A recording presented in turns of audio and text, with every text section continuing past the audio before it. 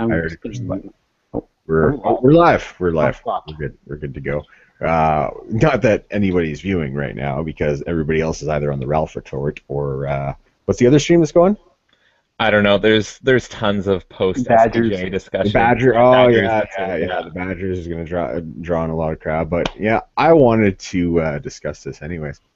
So obviously today it was the Society of Professional Journalists Airplay panel, both of them, and what a fucking ride, you know.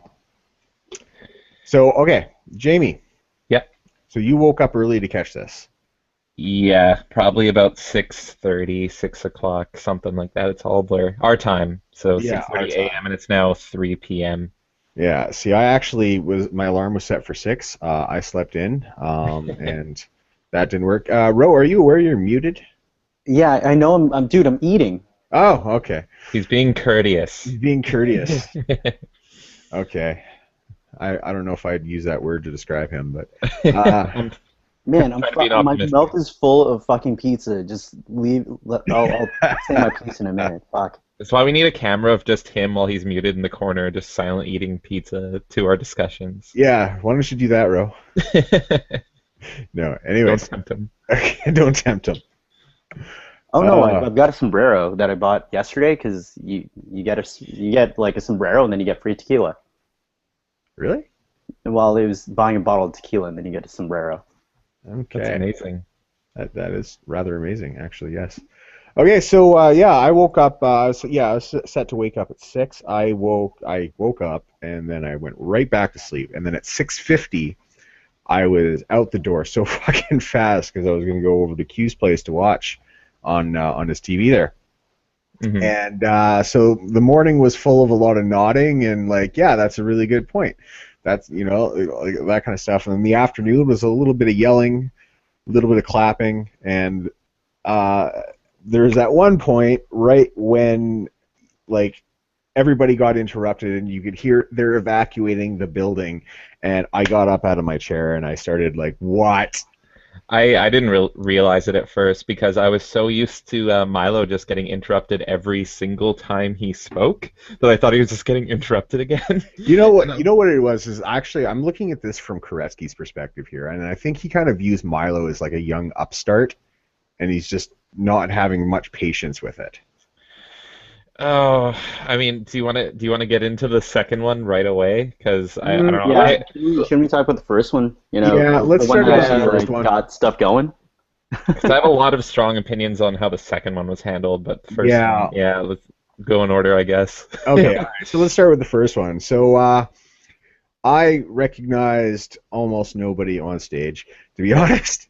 There was Alum, obviously, and like Alum's been in this since day one, so like I did recognize him.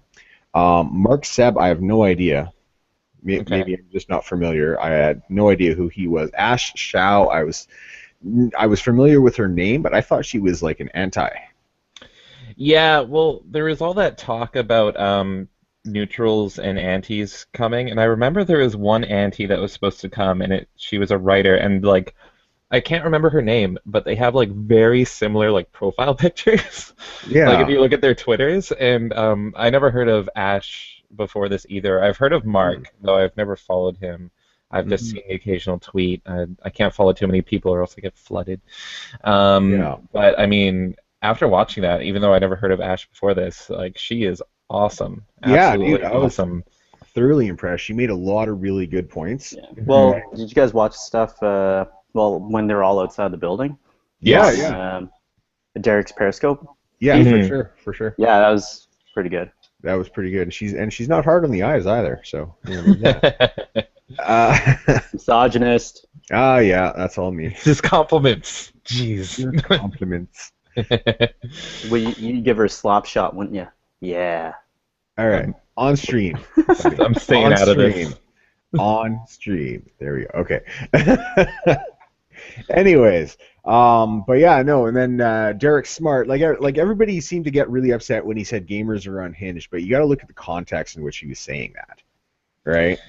Uh, Like, yeah, you go We ahead. value escapism. We dig ourselves into these trenches and fucking, we'll play Final Fantasy for 110 hours to get every Mhm. little possible thing. It takes a certain amount of obsession to do that, and I think that's what he was getting at with that. He wasn't necessarily insulting us; he was just describing us. Yeah, I think what happened with that because it caught me off guard and I was put off by it at first. And it was really weird because I never really followed him, but before going into this, I heard a lot of negative stuff about him actually. That he was like, I can't remember exactly. I don't want to paraphrase it, but I just remember him being like kind of wacky and stuff, and not like people didn't want him there. But then this is my first time actually like hearing him speak, and like every single thing he was saying, I'm like, oh my God, this guy's like neutral, but he's just blowing it away. Like Yeah, more than anybody there, he's blowing it away. And then he said the unhinged comment, and that put me off at first, but I think it was just poor wording on his part because he hmm elaborated later on. I think if he would have used something like they're full of conviction, or they're very passionate and they're very dedicated in like one set focus or something, but it was yeah, just his because like when I heard unhinged, I was like mentally unstable. Like, is that what you're calling us? Like, that's what it kind of sounds like. I think a lot of other people thought it was like, are you calling us crazy? Like, yeah, yeah, and that was but the no, he didn't mean general. that. Because when he said that, they're like Twitter went alive. Like, because I think you were live tweeting too, weren't you, Jamie? Yeah, no, Yeah, I was live tweeting the whole time and yeah, posting like really quick reactions. And at first I was really put off by it, but then when he explained it, yeah, I think it was just poor wording. yeah, for sure, for sure. But one thing that I really want to like commend Derek Smart on is how he characterized the relationship between the Zoe post and the larger Gamergate thing, right? Hmm. And a lot of people have used the thing, oh, it's like the assassination of Archduke Franz Ferdinand in for World War One. That's how you compare it. The event didn't cause World War One, but it was the catalyst of World Yeah, War One. yeah, And I think his analogy was much better. It's like when the cops respond to a noise complaint and they find drugs. oh yeah. And Hmm. that, like, I was like, yeah, man, that makes a hell of a lot more sense to me, right? So, and that was a really great analogy. And they find drugs there. It's no longer about the noise complaint, right? Hmm. So like the Zoe post, and that was the noise complaint of this larger kind of scandal and like all that, Yeah. and I, because I really connected with that, right? But like he said quite a few things during the course of that was really good. Like he was bringing out like reminding people that like for all the articles that Kotaku and Polygon have written, it wasn't just the author doing it. Somebody vetted this. Somebody fact checked, quote unquote, this. Yes. Yeah, well, before it gets published, it has to go through their editors, which it Yeah, went through and got the go-ahead. yeah, And one of the things that bothered me about the entire SPJ Airplay thing was at the end of the first half, the morning half, yeah, they mentioned that they didn't even get a chance to talk about Game Journo's pros, which is like fucking huge. That's like yeah. Yeah, that was one complaint for the whole first half for me was they didn't say it they in the had a lot second of either. sorry. Oh yeah, well, fuck, we'll get to the second. But Yeah, sorry. but I think with the first part, they were giving these good examples, but they weren't video game related examples. And it's like, guys, these are great examples, but they're, I mean, we don't have that much time. And there's so much more you could talk about in the video game space, but they were talking about the Rolling Stone stuff and all that, and it's like, yeah, that's really big, but video games. And I saw other people complaining about that as well, and Well, yeah, I don't know why they didn't talk about the gamers are dead and all that. well, like, you got to also keep in mind the perspective from this. Like SPJ wasn't made for Gamergate. It wasn't for us. It was for the Society of Professional Journalists, Right. Well, on right? that point, then like the mention of Game Journo's pros, a mailing list Yeah, that should have been a that should have major been thing like the top that was points. brought up. Absolutely, right? But I like one of the big things that I found, and even I found myself guilty of this, was getting pissed off at Koretsky at various times throughout the thing because he was like interrupting people or he was doing this, but then after I had a chance to think about it, I was like, wait, no, that's for the SPJ. It's not for us. It's not for gamers. It's not for people who already understand this, right? Mhm. And anyways, yeah. So I'm going off on a tangent here. That's fine. Yeah, and like on the other side, we had Lynn Walsh, who worked for what did she work for? Hold on. Let me bring She this doesn't up. she run like an independent inquiry group or whatever for the SPJ in San Diego or something like that? NBC San Maybe, Diego Yeah. investigates. maybe, but I also think that she's like because Koretsky made a lot of allusions to her, giving people stories to investigate kind of thing, right? So I think she's kind of like, yeah, okay, hold on, Twitter Walsh. Okay, wow, NBC. Okay, so she works for NBC.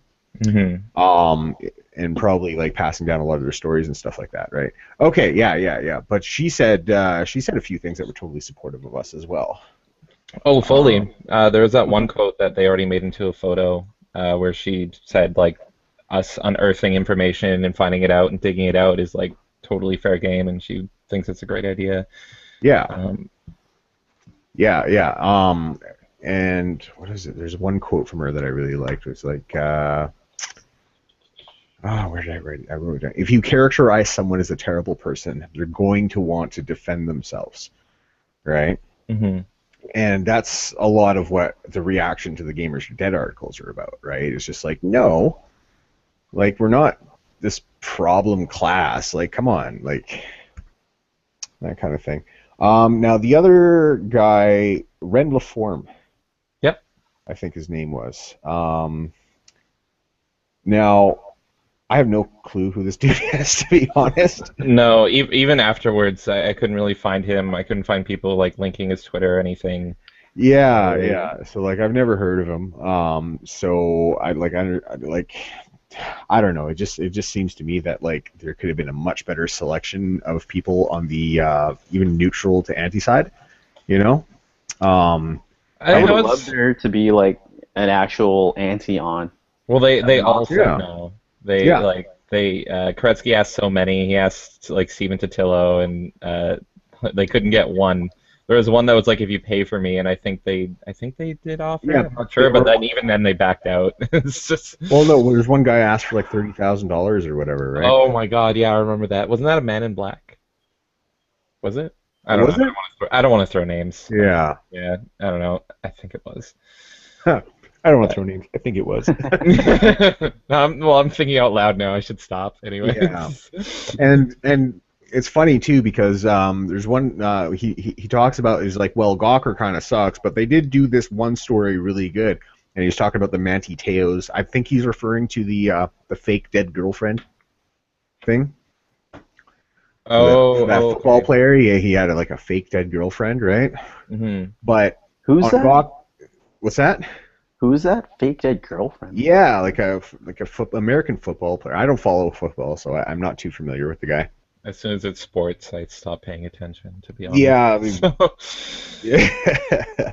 But I guess Deadspin fucking released a story that he was talking about this dead girlfriend, and she died of leukemia or something, and they uncovered that there was no such person, right? Okay. And then they went did all this kind of stuff, and yeah, and kind of revealed it, and he called that good journalism, right? And maybe it is, but like it's investigative, but it's still like, it's still like, who cares?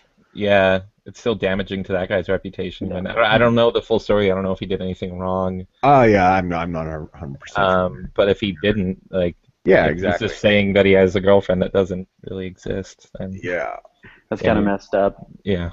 yeah. Um, but yeah, for the most part, there were a lot of good things said, mostly by Derek Smart and Ash Chow. Hmm. I hope I'm pronouncing her name properly. Shkow? Shkow? People know who Ash. Ash. People know. Ash. Yeah.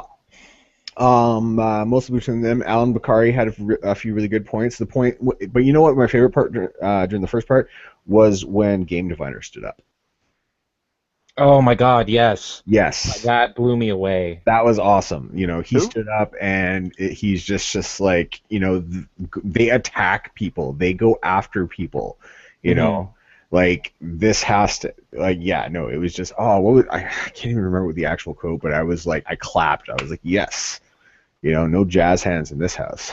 I was hoping Christina Summers would make a jazz hand joke, but You're gonna make a because jazz she hands. does so much. But Yeah, yeah, no, that was really awesome, and I mean, you could kind of hear that he was actually like a bit scared and a bit nervous to go say that, but he spoke with like such passion and like he felt like it needed to be said, and that just reminds me of like I'm not anonymous as well, and I say all this stuff, and I work in the games industry, and anytime like I get flooded with like anti-tweets, which doesn't happen too often, but it has a few times, I do kind of get a sense of fear because it's like, oh my God, they can find out where I work. They yeah. can, like my boss I know is on Twitter, and like I don't know what his position is on all this. So, but it's Well, something you need to do, and it's something that needs to be said. And yeah, fortunately, I work for a boss that allows me to have my own opinions. yeah. Because this has come up. This actually has come up with my work. I got Yeah, I you had got doxxed a while ago. yeah, I had Oh, seriously? somebody call my boss back in October. I Oh think my it was God. October, maybe November. It's around that area. Anyway, somebody called my boss. I ended up later on finding out who it was, and it was actually somebody I know in person, Oh my God. right? Who overheard. Well, I don't know them. I was loosely acquainted with them through friends, right? And what happened was he overheard me talking about Gamergate. This is right just at the height of like Gamergate harasses women. Oh my God, rah!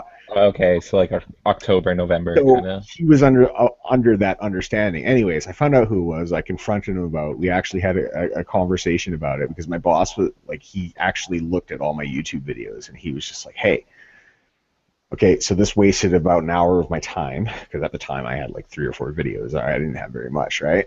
Mhm. This wasted about an hour of my time, and there's nothing here that I explicitly disagree with. He thinks video games are kind of stupid. He's more of a golfer, right? Okay. But like he's like, I'm not gonna fire you for having an opinion, like pfft, internet stuff, and that's it, and he blew it off at that, right? So but anyways, so I confronted him. He apologized. He realized that what he had done was wrong, and he was being kind of like on the wrong track, and he just wanted to stay out of the whole thing. You know what I mean? It was and he said that it was a friend of his that convinced him to call. Oh wow, Yeah, it's crazy. a friend with a vagina, I might add. It's crazy how much of the social That's justice mindset and all that comes from just like peer pressure and just like forcing belief that this is the right thing to do. Yeah, that for this sure. is a movement. Like a bit off topic, but when Lauren was doing that Edmonton protest, if you saw that, and like that one guy, she was like, "What's your sign mean?" And he's like, I actually didn't write this myself. And it's like, are you kidding me? You don't even know. You like have writing and stuff on you, and you don't even know what it means. Like, Jesus Like, Christ. oh my God, And that so was much of it is that. So much of it is just like, this is clearly the right thing to do, and if you don't do it, you're a horrible person. yeah, for sure, for sure. And like when I was in high school, I saw stuff like that happening too. Hmm. Like, oh, you believe this in this? Well, you're not cool enough to be an argument. Mind you, I live in the Bible Belt, so like when I came out as atheist, I was like 17, and it was freaking murder in high school. Oh God, I can't imagine. Oh yeah, no, it was probably safer to come out as gay in that kind of fucking environment. Well, no, it's like because everybody, like people were still kind of like they were really religious, but they were kind of a weird progressive religious. It's weird. They were all like people. I'm an evangelical Christian, but I totally believe that gay people have the right to, blah blah blah, all that kind of stuff, right? You're religious and you allow other people. You just don't allow other Yeah. people to not believe in God. Yeah, kind of that's thing. that's Yeah. where they drew the line. That's where they drew the line. Mostly because like I was a full-fledged member of the church at age 16. Like I went to all the freaking Bible boot camps that they had right up. Yeah, well, no, I absolutely was, right? And then what happened is I experienced my first revival, and that changed that. As soon as the people I've known for years were rolling around on the floor speaking in tongues, crying because of some dude that died 2,000 years ago, I was like, okay, I'm stepping back. I don't blame you. And yeah, and then I never bothered looking back. It's just not for me. It's for some people, whatever, I don't care, but like it's not for me. Anyways, back on track here. So yeah, so we had Game Diviner get up there, and that was great. That was awesome, and he said some really like profound things about how like why we're afraid to kind of like make ourselves known, kind of thing, you know. Yeah. But that brings up another interesting topic, which we'll get to later when we start discussing the second part. Okay. But yeah, the first part I found it very therapeutic. It was very very positive. I liked how it flowed. Right. I'm not going to say I agreed with everything that was said, right? But for the most part, I was generally okay with it, right? Yeah.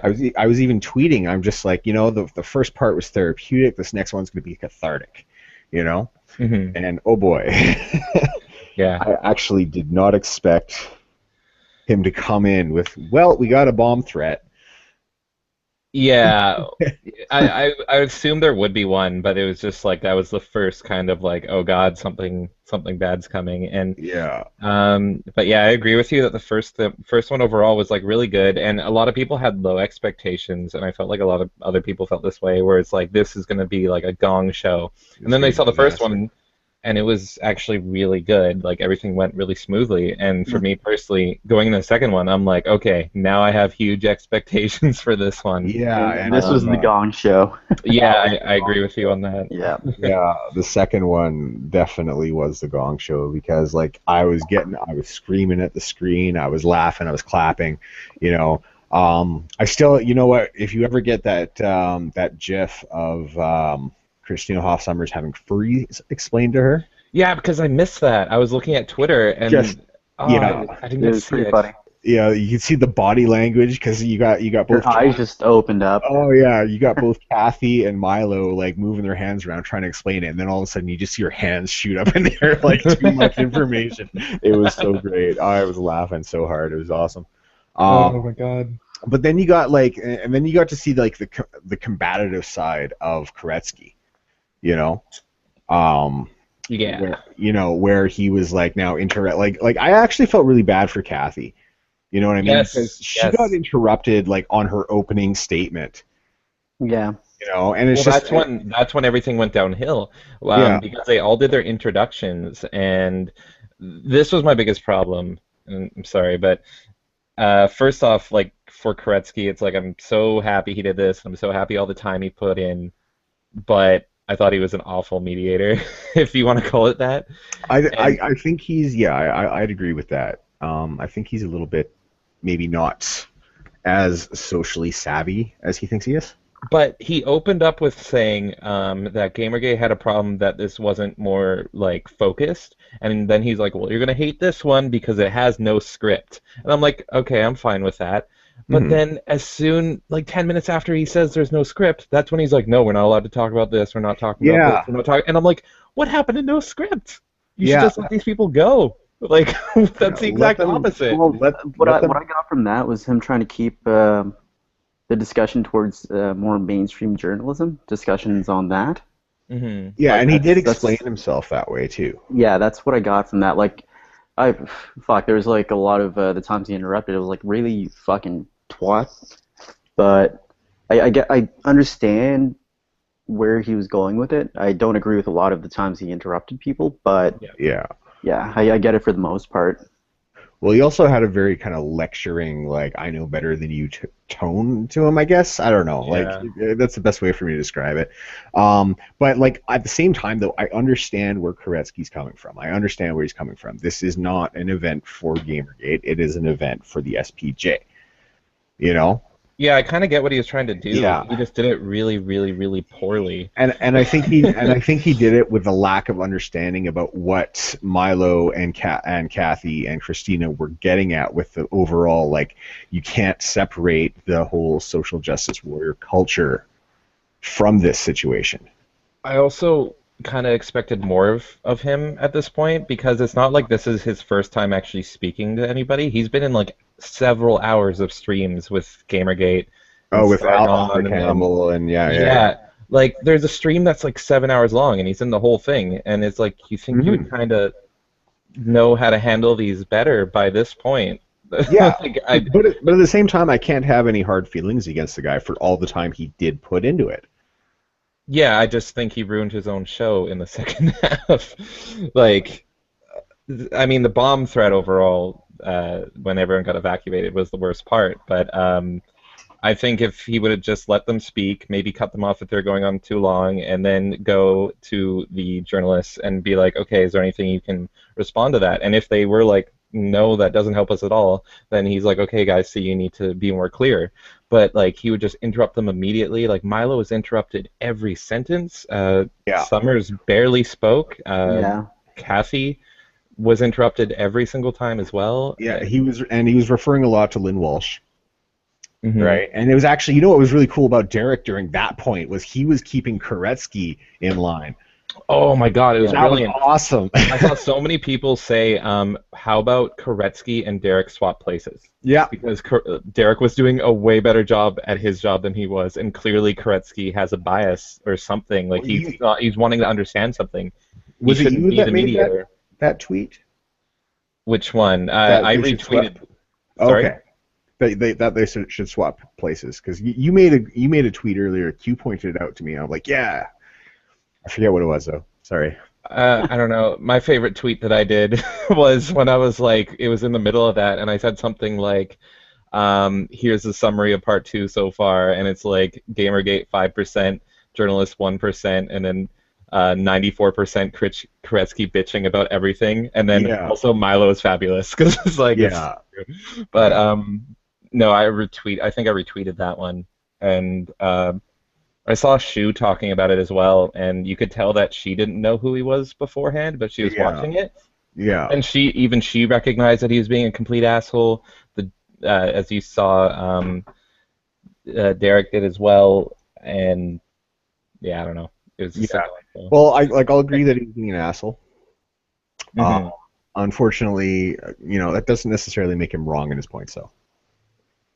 Yeah. Like a lot of the time we're like, oh, don't listen to that guy because he's an asshole. But you know what? That guy's advice might save your life one day. And I've seen this 100 times, like just through the course of mine. And I think it raises up some very interesting questions. Like this whole event has raised a lot of questions in my head about like how the overall feeling in Gamergate is versus like how it's perceived versus how it actually like the amorphous blob that it is acts you know Hmm. but yeah, but like I felt like he was pulling a Kanye West on the others. I'm gonna let you you know finish, but I'm gonna let you finish, but Beyonce had the best album of all time. you know I think I even made a tweet to that event. Oh, what was great though? What was great though is like almost fucking when Christina Hoff Sommers swore, I was like, yes, hmm. She swore? she swore. And you do Oh, kind of get that feeling of like, mom swore. Mom swore. That's totally what it was too. Oh God. I even tweeted that out. I was like all caps, based mom swore. Oh, it was great. It was Uh, great. but I mean, yeah, I do see where it's going, and I was getting really mad, and I might even have a bias as well because like I really really like Summers. All three of them, Milo, Kathy, and Summers, I Oh really yeah. like. And anytime I see Milo in any kind of debate, I just want to hear him go to town. And there was one point where Kretsky said, "You're just talking about how awesome you are," and I thought, I'm Yeah. like, I don't really have a problem with that. Just like, I'm okay with this. So yeah, maybe to an outside Well, perspective, it is bad, but I will say that Milo definitely does act like he's our rock star, right? yeah. That's not to say that he doesn't at least deserve it in some fashion because he was like one of the only quote unquote mainstream journalists to actually give us a fair shot. Yeah, right You off know the what I bat as mean? well. Yeah. Right off the bat as well. You know what I mean? And we all we watch a lot of his videos where he's kind of a cocky asshole with all of these feminists Hmm. on fucking Sky News and all that, right? And it's entertaining to watch for sure, right? But you gotta admit the guy does have a cocky attitude about it. Absolutely. Oh, somebody's got a phone. What's going on? Who's It's my event to remind me to stream with you guys. Oh, So I'm on top of it. that was half an hour ago. nice? I kept pressing snooze, so yeah, no, Oh, it's okay, off yeah, now. yeah, that'll happen. That'll Yeah. happen. But yeah, so I mean, That like like, and a lot of people have, a lot of people hate Milo, a lot of people love him, right? I'm of the opinion that when he writes a story, he does a good job of it. He does his research. He looks through, right? Mhm. Personality wise, he might be one of those entertaining friends to be around, kind of thing. Well, abrasive, yeah. A little abrasive, but whatever, man. Some of the best people out there are abrasive, Mhm. you know. As long as you have them on your side, then it's fine, kind Oh of. yeah, man. Hey, man, I used to roll with bikers, man. You don't have to tell me. Oh yeah. You stay on their good side, or you don't stay near them at all. Mhm. Um, but and that's just the thing, right? So I think Koretsky was just kind of trying to blow some of the wind out of his sails, because he definitely does act like, yeah, I'm the man, essentially. You know what I mean? But it's kind of that what's the metaphor? The like unstoppable force, like just colliding. Because Yeah. it's When like it, he's not gonna back down, and then Koretsky's not gonna back down. So it's just them arguing at each other constantly and trying to interrupt each other. yeah, that's So when they got to make a compromise. yeah, but Yeah. yeah, Yeah, when an unstoppable force, or what was it? Uh, an unstoppable force meets an immovable object. that's it. A compromise must be made. Yeah. Hmm. Um. Or that But or an yeah, and that, explosion. yeah, I utter an explosion. Um. And that's kind of, I think, what we need to keep in mind from this. Like, we are essentially an unstoppable force meeting an immovable object, Hmm. right? So, like, I'm not saying like, oh my god, we got to compromise with the antis. No, fuck that. We got to go over their heads, essentially, is what we got to do. Hmm. Um, moving along here, what else we got? I wrote some notes down. If we're done with part two, we could go to the evacuation. I'm Unless not. there's more stuff you want to talk about. I'm not Part two? quite done. Okay. Base Mom said Gamergate has no board of directors. It's a hashtag, and that was like an aha moment. You could see it in the eyes of the other ones, of the journalists. They're like, "Oh, right," Hmm. It's like this whole thing that from Kotaku just recently, the Black Lives Matter thing. Or it wasn't. No, it wasn't Kotaku. It was Gawker. Okay. No, Hamilton Nolan wrote an article saying, like, because of the Black Lives Matter protesters that had crashed the Bernie Sanders rally in Oh Seattle, yeah. Fuck. right? And basically, now I have to sit here in front of a bunch of racists. That's what the woman had said when she was getting booed off of the stage, right? And Gawker was like, "Yeah, they're idiots. They're morons. That was the stupidest thing that they could do." And then he actually described them like, you can't judge a movement based on the actions of a few of their fringe members, rah rah rah, and it's just like, do you not Yeah. have any, Gawker, do you not have any sort of like Self-awareness. self-awareness in this Yeah. Well, we situation? already know they don't. Well, you also got to look in the mind of like individual authors. Like, I never actually looked into any of Hamilton Nolan's other stories, right? So I don't know if he is an anti-Gamergate person, or if he's ever even talked about it, Well, right? He works for Gawker, obviously, so he's got to kind of like toe the company line, and they don't like us very much. So, Oh, but it cost them millions, man. yeah, we cost him, well, at least $1 million, um, seven figures, unless they're including cent values, in which case, yeah, it's still kind of impressive. Um, mhm. but like the whole narrative with this, and before we go on to from the point of like we're evacuating the building, the whole narrative is pretty much shot at this point. Did you look at what was trending with SPJ Airplay? Oh yeah, yeah. Yeah, I it's checked it Andreas? out where it's not a harassment campaign. It's actually about journalistic ethics. It was something or like or something like that. No, it's a consumer movement. Gamergate is not a hate group. It's a consumer movement. That's it. Yeah, Yeah. and that was trending, and so like people saw that and was like, oh, I was okay. wondering if that was the actual point that made people get angry because that's like in everyone's face, whether you're anti or pro. That was the description right below that. Hmm. And just you couldn't ignore it at that point if you were going on social media. It was right there. So Yeah, yeah. yeah, and that was really good. Now, there's two camps in Gamergate. From my perspective, there's two camps. There's two main camps. Okay, there's the fucking what they call the ethics cucks, right? And these are the ethics cucks, quote unquote, are the ones that actually do somewhat care about how we're perceived by the media, right? Mhm. And then there's the shit posters. Okay. Now there's some crossover in between. I won't deny that I've shit posted quite a few times already. You know, I'm pretty sure all of us have at some point or another. Mhm. But I do kind of care how we are perceived in the wider public because I've put a lot of um, time talking about Gamergate, talking about all this kind of stuff, right? And like it's not what I'm all about, but it is one of my major interests. So I do want to see it treated fairly. So that kind of puts me in with the ethics cucks, I guess. I Yeah. got I got to find other ways to describe this. I don't Yeah, that's man. Cuck is so overused at this point. I It's know. already lost all meaning. But I want to go back to 6 months ago when only like 3 people used it. I don't know. It's weird for me viewing it because what I view is I just follow the people that I like.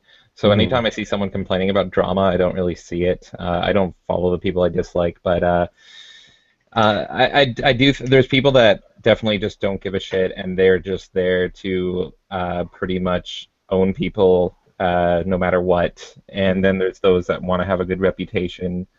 And I don't know, I'm kind of in between that. And then there's the ethics versus SJW stuff, where it's like some people are just only ethics, and then some people are like, we're done with that, Yeah. only SJWs. And so I don't know. I kind of fall in the middle of that as well. Like I definitely don't think ethics is entirely done because Gawker's still around. So, Well, I don't think Gawker's been around for too much longer, especially with Hogan about to sue them. well, they delayed that by like a year. It's I March 2016 now. It's insane. even then, they're not gonna make enough revenue to fucking fight that. They won't be able to pay. Yeah, they're out of liability Yeah, insurance. they're done. Well, I Like hope so. personally, I think like the ethics side after the SPJ Airplay, like I Mhm. think that portion of Gamergate is pretty much it's gonna go whichever way it's gonna go. Either Yeah. it's gonna give us a fair shake. It's like grab our dick, fucking give it a couple tugs, and we're happy. And just be fair about it. On stream, bro. Or On stream. oh, I'm sorry, man. Okay, I'll filter myself a bit more. Over there. God Fuck. damn it, EJ. That's I'm not your shield, you ass. Yeah, so fuck, now I lost my train of thought. All I can think of is dick. Uh, Well, to elaborate on what you were saying is I saw a few people that were treating SPJ as the end game, and I definitely saw that point of view going into it. I thought it could have been, but now with this bomb threat stuff, I definitely don't think it is. Like if we would have ended it on a nice package and everything would have been tied up real nice, then it's like okay, maybe that can be it and we can move on. Um, but now with the bomb threat and everything, it's just like, do you realize, like, if that was done by people that are against us, I saw Ghazi already condemned it, but I mean, you don't know who did it. So if it was done by somebody that's like very anti-Gamergate, it's like you do realize you just like fueled us for like another year just yeah, by doing this. Like if you would have just let us have our speech and Yeah. walk off, a lot of people have been like, and I'm done. But now because of this, Well, I don't know that it would have changed a whole lot. But what I do think is I do think that it's, and this is okay. This is a prediction. I may be fucking completely wrong on this. say it and Um, then we'll judge you. yeah. And actually, I would not be surprised if I get judged for this. But I think it's going to cause a schism of sorts. Okay. I think that this is like this whole event, and like I'm not even talking about the bomb threat. I'm talking about the SPJ event itself. Okay, because basically what Koretsky's saying, like boiling it down to just a single sentence, it's that Gamergate needs leaders. Okay, we don't want leaders. yeah. Okay, At least not with any official capacity. We have Dude, I was ESOL. about to yell at you. No, we don't. What's Okay, that? sorry. I was about to yell at you like, what? No, I But yeah, don't. No, sorry. no, no. I don't think we need leaders. Absolutely not. No, nobody should have the authority to direct where frickin' GG goes. It should that part of GG should remain an amorphous kind of like yeah, we like we flow where we're needed. Like Batman. Screw you, Brianna Wu. Anyways, Oh God, Batman's my favorite superhero, and every time I I was like just like, please Batman. stop, please. Yeah. Just... Um, Anyway, but yeah, no, I don't think we need leaders. But I do think that we should not be so um stubborn about allowing, like, not even allowing, but like appointing certain people who can act as spokespeople. yeah, I think we're good in that regard actually, because I Hmm. mean the people that we sent as like on our behalf to SPJ, like they Yeah, were funded absolutely. in minutes. Yeah. I didn't even know about it, and then it was just funded, all their plane tickets and everything, and it's just I think we're okay with that. I think one problem is even slight, even if it's a minor thing, something that is kind of like, hey guys, we should try to be more like this, and if that has a large disagreement, that person just gets flooded. Like I saw it a few times where a few people were like saying, hey, we should try to be nicer to people that don't understand us, and then that person just gets shit on, and then happens to other people. And I saw a lot of people actually to say, okay, I'm kind of distancing myself from Gamergate now because I keep like wanting to voice my opinion in it, and then if I get disagreements, they're not handled in the best way.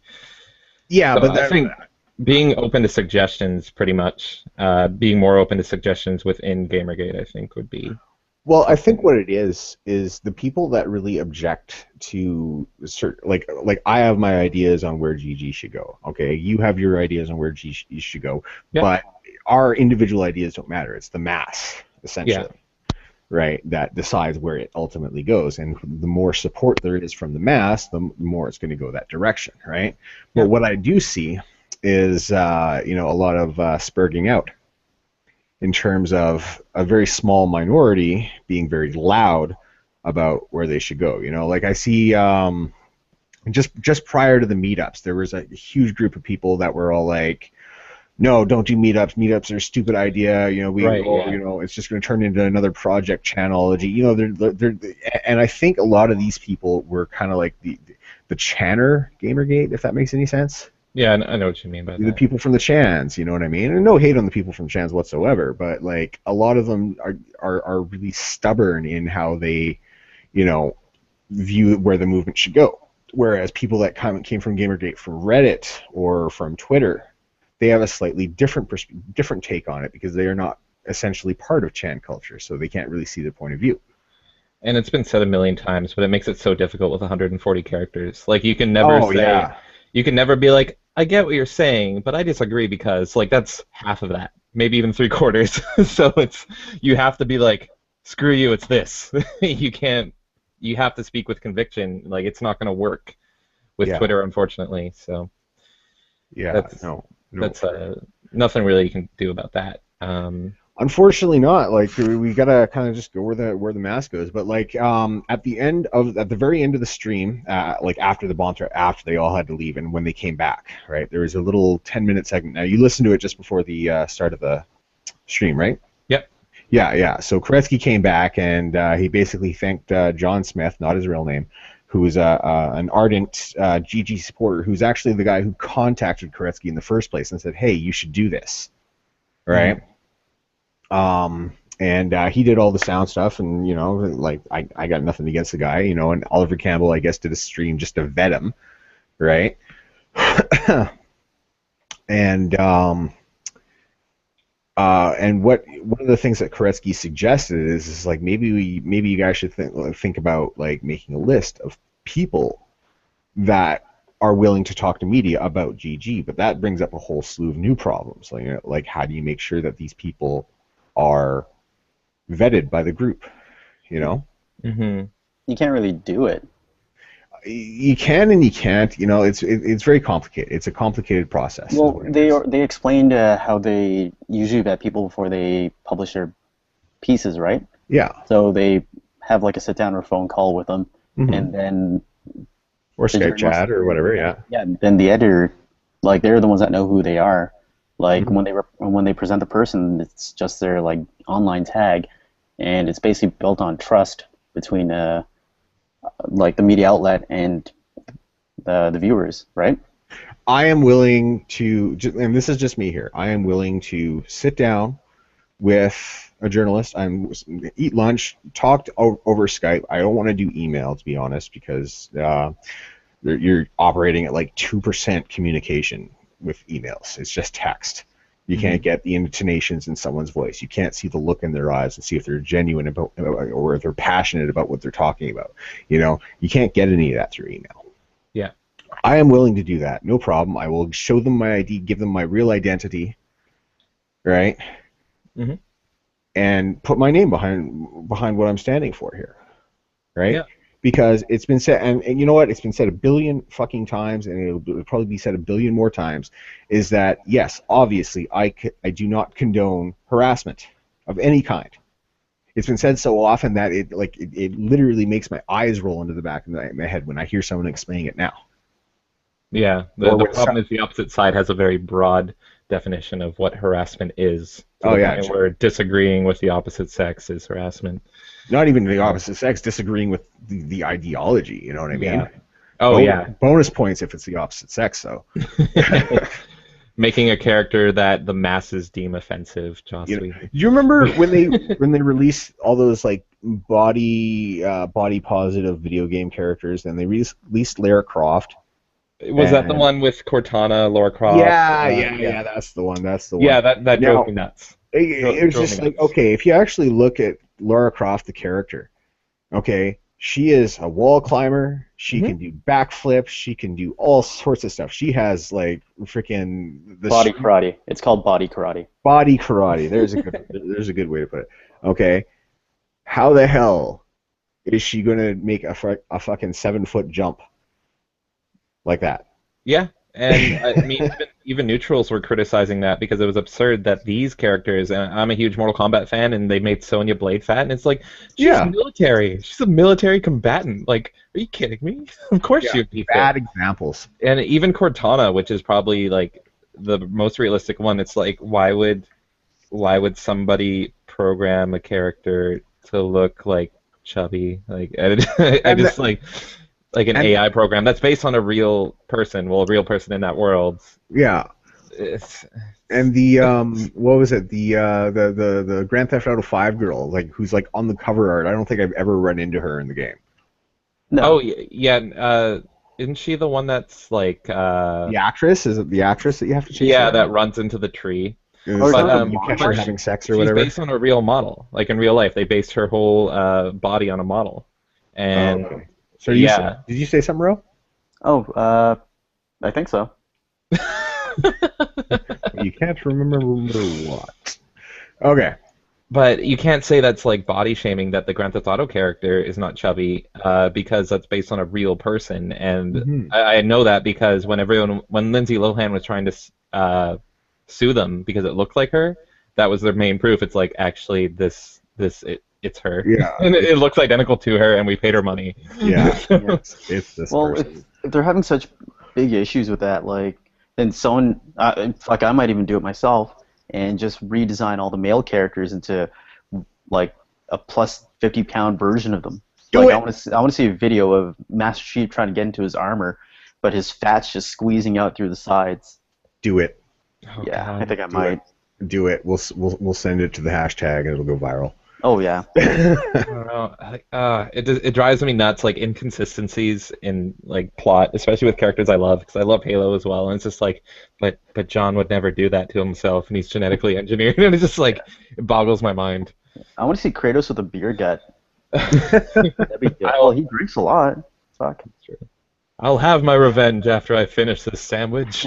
Exactly. You gotta put like little pieces of food on his like wife beater. Oh yeah, and like blades are linked with sausages. Yeah. Oh yeah. Oh god.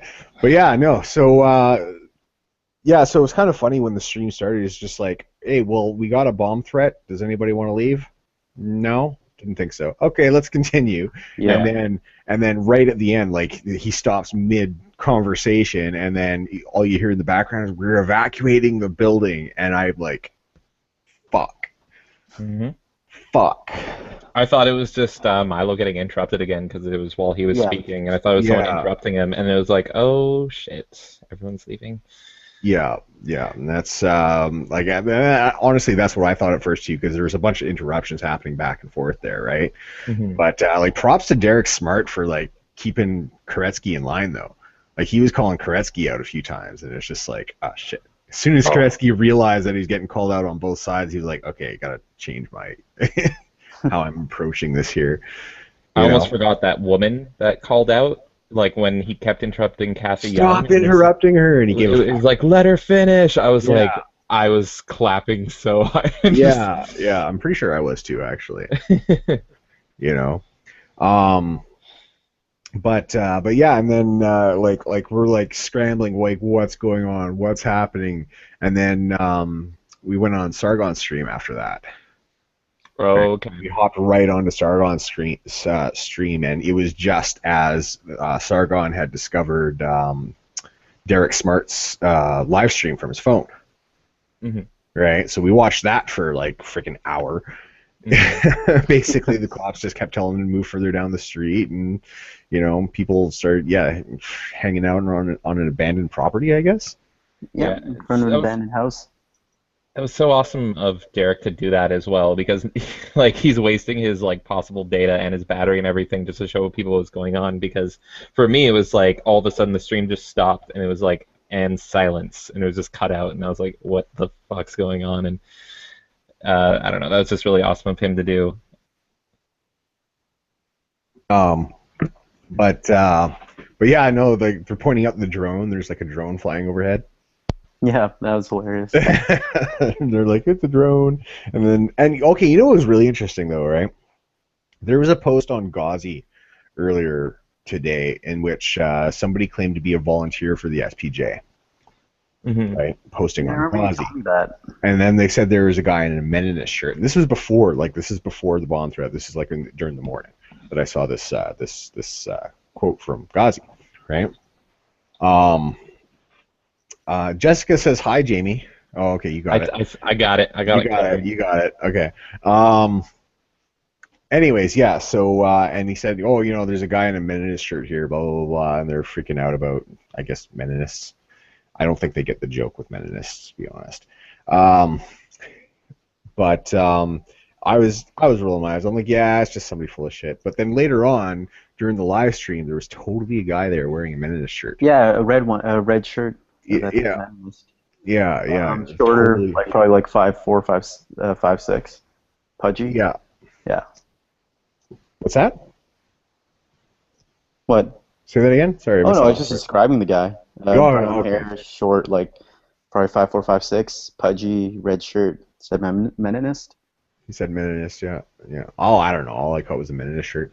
Um, so there totally was like a pro Ghazi. Well, I don't know if he's pro Ghazi. Actually, I can't say that. I can't say that he's pro Ghazi because he was just posting in Ghazi. That doesn't Hmm. necessarily make them pro Ghazi. It just makes them anti GG because we all know that pro GG people can't post in Ghazi. Hmm. It's like one of the only subreddits where they actually, when you go in, they check your history.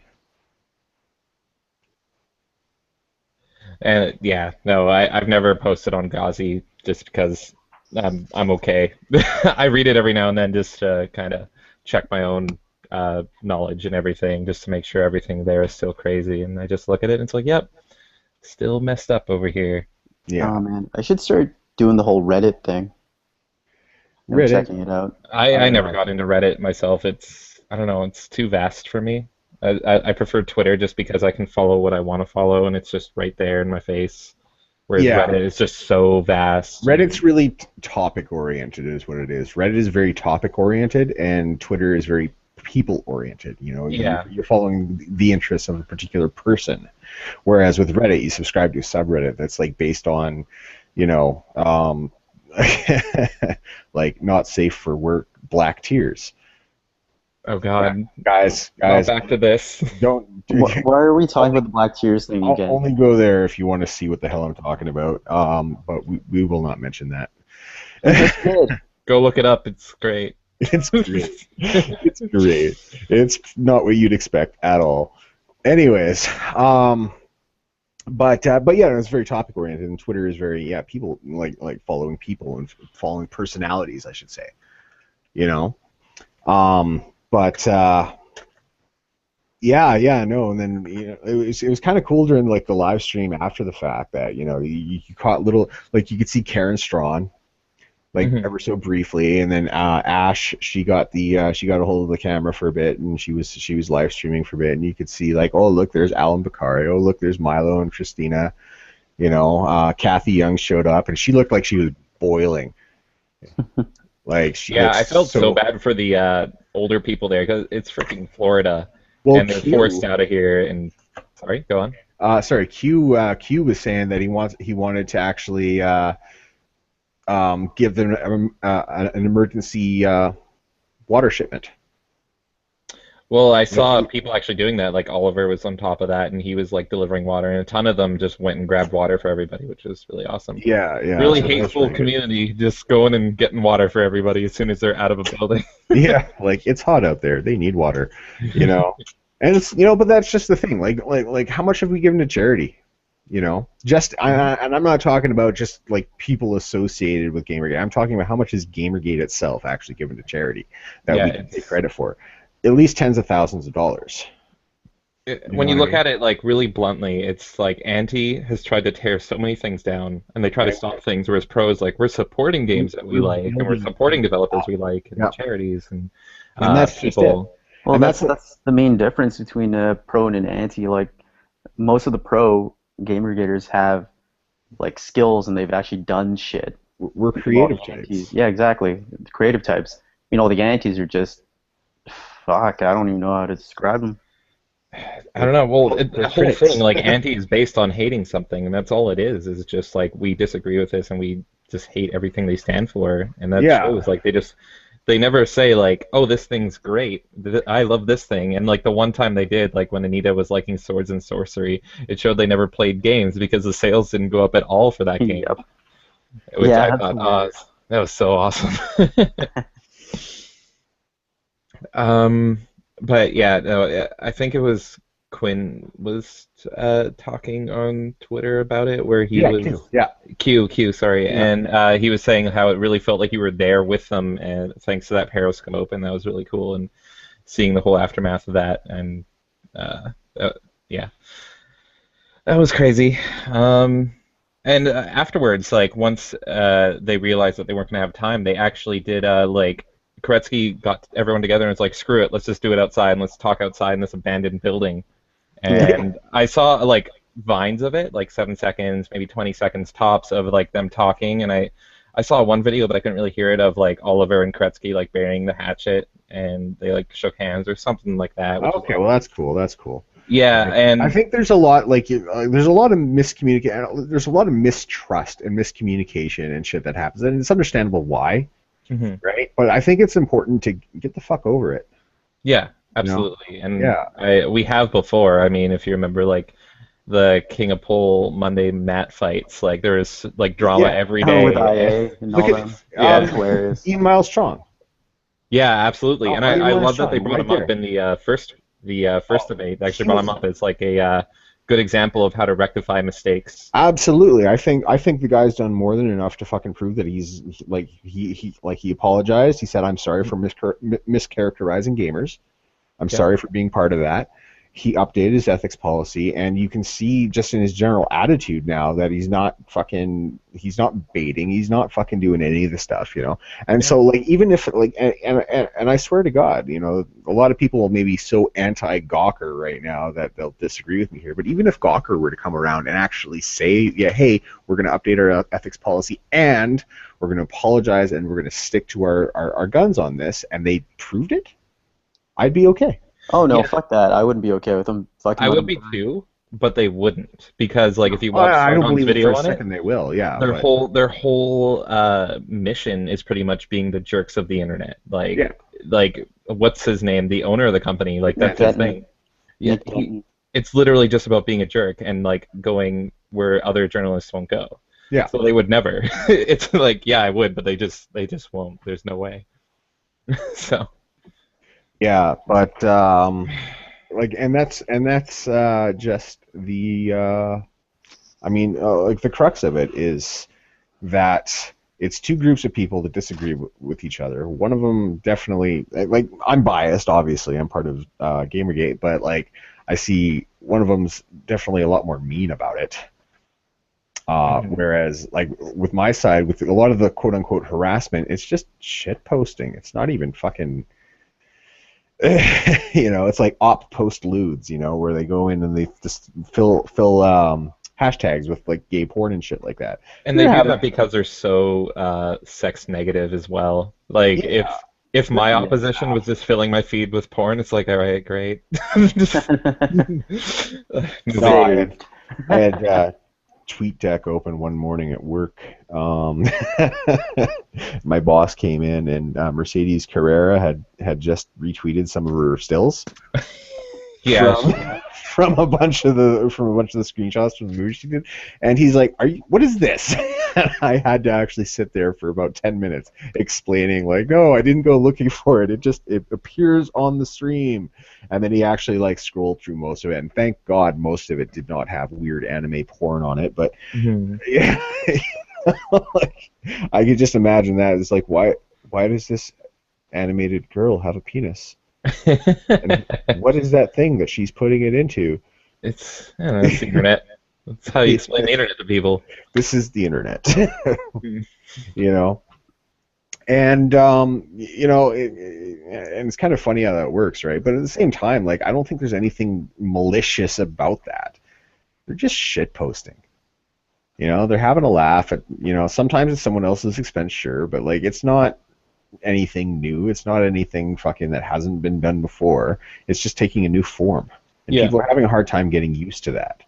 You But this know, is all targeted to piss off the people that don't like boys fighting when they're in elementary school. Like this, like not, anything will piss them not even off. fighting. It's just like roughhousing, playing rough. Yeah, yeah. Boys Uh, do that. Like I fucking grew up in the '80s, man. Like fucking, like no, like we could still roughhouse and we could still play tag and we could still play. What was that game where you stand in a row and you gotta like break through the other side?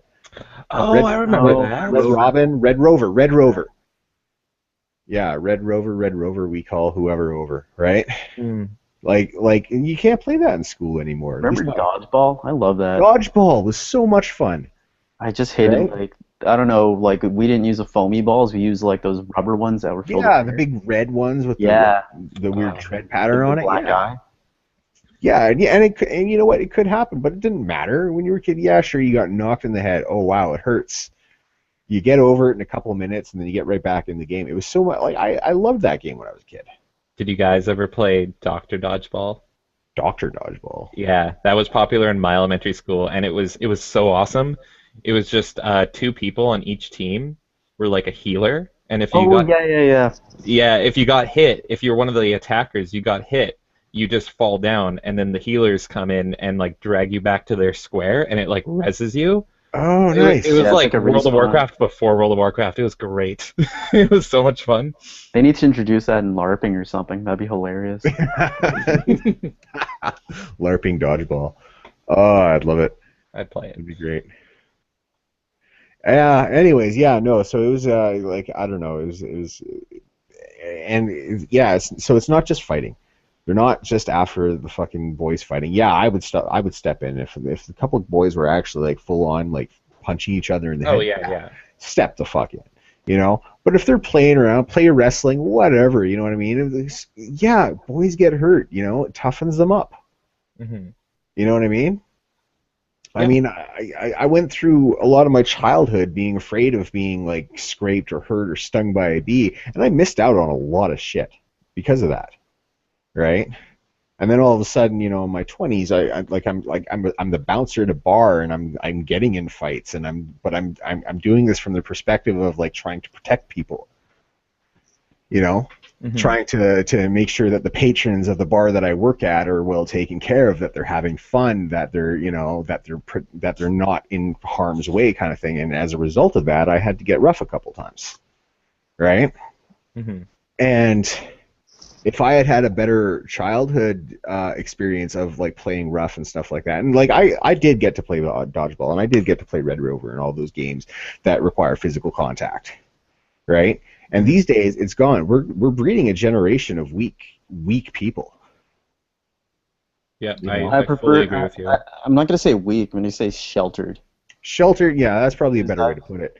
Yeah, I've got quite a few apprentices that have come from that generation of being sheltered. Like, they live by themselves now and they don't know how to use a fucking washing machine. They don't know how to fucking cook. Like, oh, you don't have Yeah. fucking salt and pepper in your house? What are you fucking idiot? Yeah. Like, Yeah. it's just they're Actually, not self-sufficient. it was being a parent that taught me how to cook. My parents didn't teach me how to cook, so I was kind of sheltered in that regard too. But like being a parent kind of threw me. Well, I was a teen parent, right? I had my daughter when I was 17, right? Oh, okay.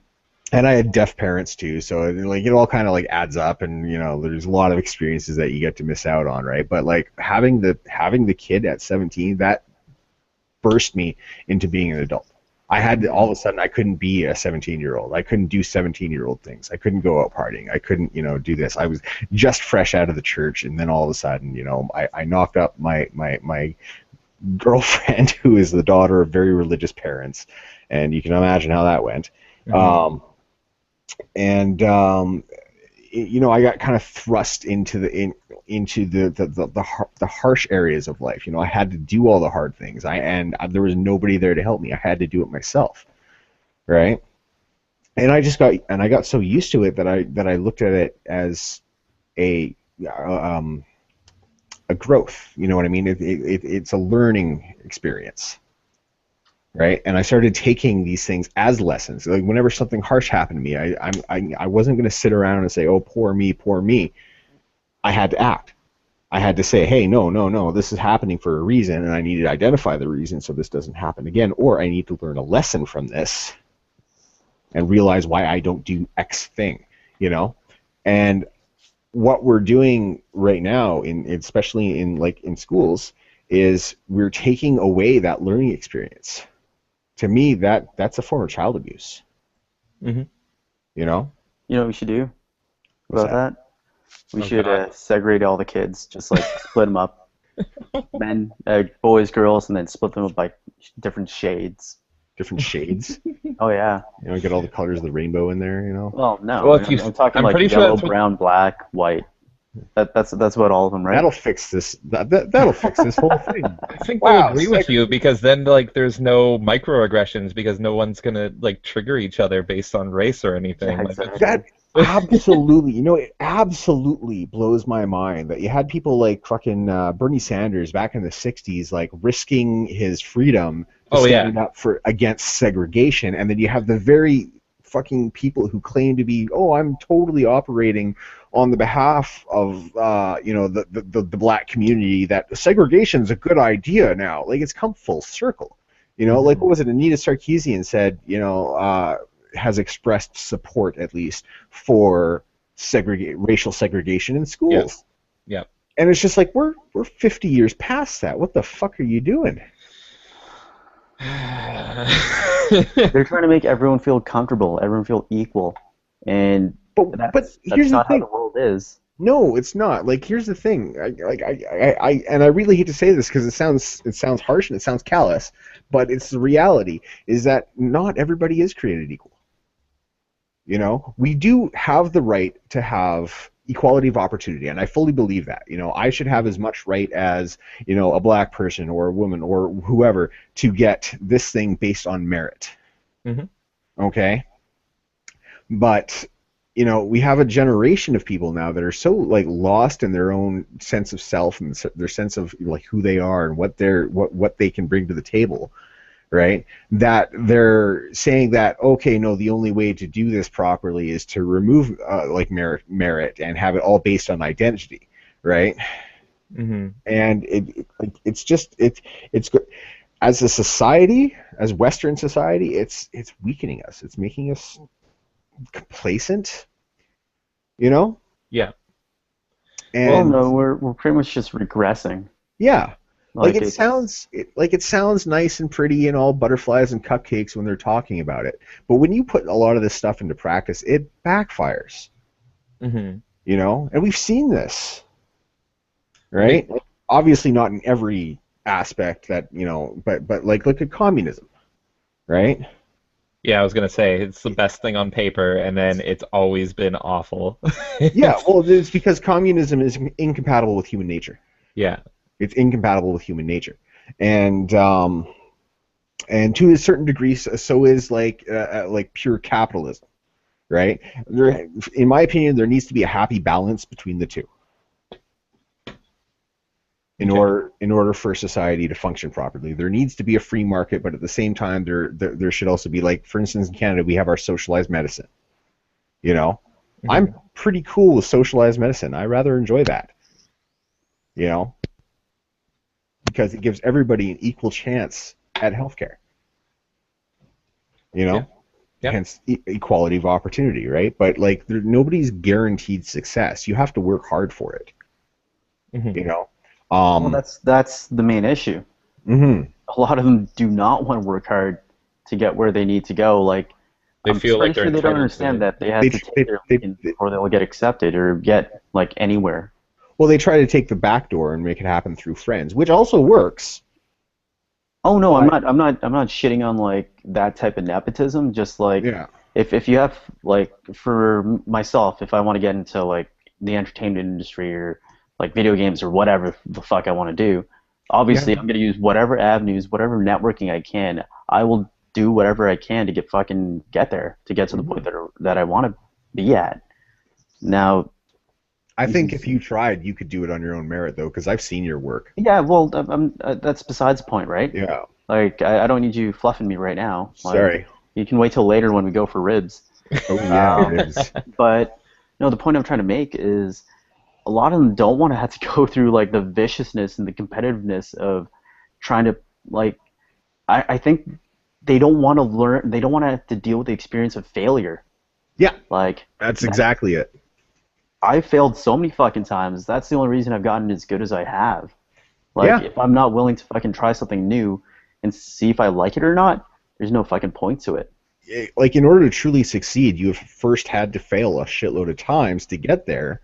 Otherwise, that success is going to be really fucking fleeting because you're Oh just going to shit, I make the said something same. smart. That's awesome. Yeah, because you're gonna make the same fucking mistakes over and over. Yeah, You're not pretty much. learning anything. You know, if something's handed to you, you don't appreciate what you have, right? Why do you think people like fucking, all the indie darlings like Phil Fish? You know, oh, I hate this fucking. I made a game and it got really fucking popular, right? But I hate this fucking industry because he didn't fucking earn his way in. You know? Yeah, I agree. And Yeah. networking is fine. Like, Yeah. I'm fully for networking, but it's the fact that these people create these cliques and that bring other people down that's my biggest problem. Oh So Yeah. yeah. that they elevate themselves through eliminating their opposition just because they're all pandering to each other. That's the worst thing about it, in my opinion, is that it's not like they're just elevating themselves, they're actually hurting everyone around them. Yeah. No matter their talent or no matter their merit, no matter how hard these other people work, it's eliminating that process of being able to get there through hard work because you're not in the clique. See, there's the type of person who's really high on himself and talks himself up and he's got a huge fucking ego, right? And sure, those guys are assholes, but they do their work. You know, they Hmm. built themselves that point. And then there's the people like you're talking about, the ones that tear down everybody else, but don't have a huge ego, so they're seen as very humble people, right? But Hmm. they're tearing everybody else down around them. That's either the result of a superiority complex or an inferiority complex. You know, Hmm. and you know, like in order, it's because like and to kind of take it a step further, when they're looking at it from that perspective, it's just like they're so insecure about their own achievements and their own things like that that they have to look at people with like actual achievements and try to bring them down to their level, right? Sometimes it works, and obviously they have identified a system that works in doing so. And that's like this rules for radicals bullshit that I keep seeing. Hmm. You know? I I actually think, found that very interesting. Like I was, Oh, like it's I watched, insightful, definitely. Yeah. yeah, I found that really interesting. In much the same way that Machiavelli's The Prince Hmm. is insightful, you know? Like a lot of that stuff there is like dirty tricks and fucking, but it's very insightful. You know, it explains how a leader, like not how a good leader acts, but how an effective leader acts, right? And like, yeah, you got the whole school of dirty tricks, and you got like telling lies and not keeping your word, and it actually advocates for this kind of thing, right? But it doesn't, you know, it's not tasteful, but it doesn't make it incorrect. You know what I mean? yeah, I Does that agree. make sense? Yeah. And I think what's most important for this is if you find yourself in a position where you're being brought down by these people, just call it out. Like, don't give in and go with them. Just call it out and make it aware, because now, especially with Gamergate and with all these people that are in such opposition to these cliques and this progressive mindset, then they will recognize your game. And what we do is, like, if the game looks good, then we'll be like, yeah, this is sweet, and spread it around. Yeah, for sure. And I've never seen Gamergate once like shit on a game unless it was like what's the one Brianna Wu made, which is just like they're still shitting on it not because she Oh made it, fuck! but they're shitting on it because it looks Revolution 60. yeah. Yeah. They're shitting on it because it looks like a low-res, awful PS1 game. So M64, man. It looks absolutely horrid. It looks yeah, hideous. because there is like some people within that clique that make good games, like you were saying, Phil Fish, like terrible, terrible guy. Like I can't hate him enough, but like Yeah, I Fez heard. is, calling I him heard that DJ Fez Fish. was kind of fun though. I heard that Fez yeah, was fun. I was I like, actually, No, Fez is fun. yeah, I I actually. can't bring myself to play it because I can't stand the guy that much, but I did try a couple hours of it. I'm like, this is good, and I hear these rumors about like him stealing certain ideas and whatever, but Oh, really? yeah, I can't confirm whether or not, but Yeah, I know there's a lot of controversy. There's so much controversy around Fez, but I mean, at its core, what if you just played it blind, you would love it. And I know a lot of people, a lot of friends that don't pay attention to Gamergate and they just play games, you know, absolutely love Fez. I got it on a Steam, no, a Humble Bundle. I got it on a Humble Bundle like 2 years ago Yeah. when I was at like the height of my Steam game collection obsession, right? And I never actually played it. Like I'd seen screenshots and I'd heard of it, of course, right? But like I'd never actually played it. And then what happened is what stopped me from actually playing it was when he did his first little shit fit about it. You know, Yeah. he made headlines because he was doing a little fucking knip shit. But yeah, Yeah, I can't bring myself to support those people, but I already owned it by this point. So I'm like, all right, let's see what the hype's about. And then after playing it, I'm like, okay, I can't play it because I'm so irritated, but it is good. I'll give him that. oh yeah, yeah, for sure, for sure. Has anyone actually played Brianna Wu's game? Like, I- where is it on? If it's on Steam, I'll give her a It's give her a going go. to be It's on supposed Steam. to be on Steam, but I don't know when. I'll give it a review if you guys want, because I'm willing to put myself through really shitty games, because why the fuck not? Hmm. Oh, that reminds me, I tried Gone Home like just 2 months ago, just for How the was it? laughs. Have you not played it? It's so bad. It's a walking simulator. Yeah, it's literally, well, the biggest thing about gaming, to go totally off topic, that I hate the most is false advertising. And I saw advertisements for Gone Home way before I got into Gamergate, and I love horror games, and it looks like a horror game. It looks like you're entering this spooky house that's like super like 70s spooky, and I'm like, oh, is it gonna be haunted? I don't know. And it was like super secret, but they was very clear they're advertising themselves as like horror because it was super dark. You play it, and I don't know if I even want to spoil it, but it's not that at all. It's not. It's not It's- at all. yeah. Isn't it something about somebody came out as a lesbian and like? Well, spoilers, but no, yeah. Oh, whatever. Whatever. Oh, actually, if you're looking for something scary, look up Allison Road. It's basically Oh, isn't that like? It's. I think I saw that. It's like a pretty much an clone homage of. to PT. Yeah. Oh They yeah, have yeah. the I watched a pre-alpha. bit of this. Yeah, it's fucking scary looking, man. Hmm. I want to play it Yeah, like I by love, myself and then pause every like 2 minutes. Yeah. absolutely love horror games, Yeah. which is why I was kind of excited for Gone Home, and then when I played it, I was just laughing my ass off over how progressive in San Francisco it is. Oh, ridiculous. What's this on our What are you screen? doing? What I'm are playing Agario, man. Just continue on. We're why talking. why are Okay. you dude, why are you what? You're gaming.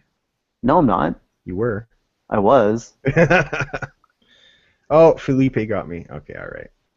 Well, Is that on stream right now? Yeah, I that think is on the stream right now. Jesus Christ. Okay, all right. Never mind. Fuck it. I think we Uh, can talk about like the final bits because we've gone so off yeah, yeah. topic. The Sorry, final we're bits going of off yeah, on the a yeah. lot of tangents here. yeah, yeah. Okay, Jamie, you take it off. What do you want to? Well, I guess we can like wrap up the SPJ stuff, like the final moments. So let's see. We talked about the evacuation. We talked about the periscope. We talked about them getting together. Oh, one thing I want to bring up. Whoever was in charge of the projector made Milo blue. Oh, really? There, like, Q kept pointing it out to me because he was just like, yeah, Milo is being projected upon because the projector was pointed directly at Milo, and so like, and because he's got like platinum blonde hair, so I kept looking at him and I kept thinking, blue da ba dee da dum da, like fucking just nuts. Anyways, That shows your age. I guess if we don't yeah. have anything else to discuss about the events itself, we can talk about the impacts it might have and if it, Oh, how it will be covered. we should also bring up that new game by the developers of Hunipop.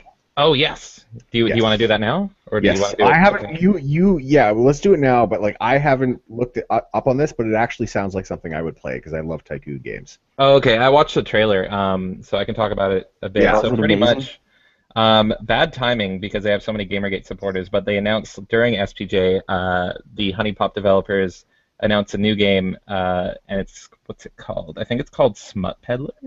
Smut If I'm. Peddler. Oh It's no, no, That's it's such Honey. it's like Porno Tycoon. Yeah. And literally, you just manage cam girls and you run an office of them and you tell them like pretty much how to dress and it's like micromanagement and you can actually like see a graph of like what people are getting off to and Oh my god, adjust appropriately based on that. So it's like, they're going. 40% are watching lesbian porn. We should get two of our gam girls together and have them do stuff, and that will They're get me a lot of money. going to have a heyday with this one. Well, if you watch the opening of the trailer, Oh. let me just read the opening. So the very Okay. first thing you see is trigger warning. If you're triggered by games that aren't done and still need a ton of work, you're about to have a real shit time. that's awesome. They know their fucking audience. Let me just say that. Absolutely. And just the thing I loved about Honey Pop, I haven't played it myself, but I watched a lot of it, and Yeah. it's such a good game. And I keep hearing that. Like, I really don't like puzzle games all that Mhm. much, but I love like the old Japanese visual novels back in the day, okay. right? Back in the late '90s. You mean your But- dating sims? What's that?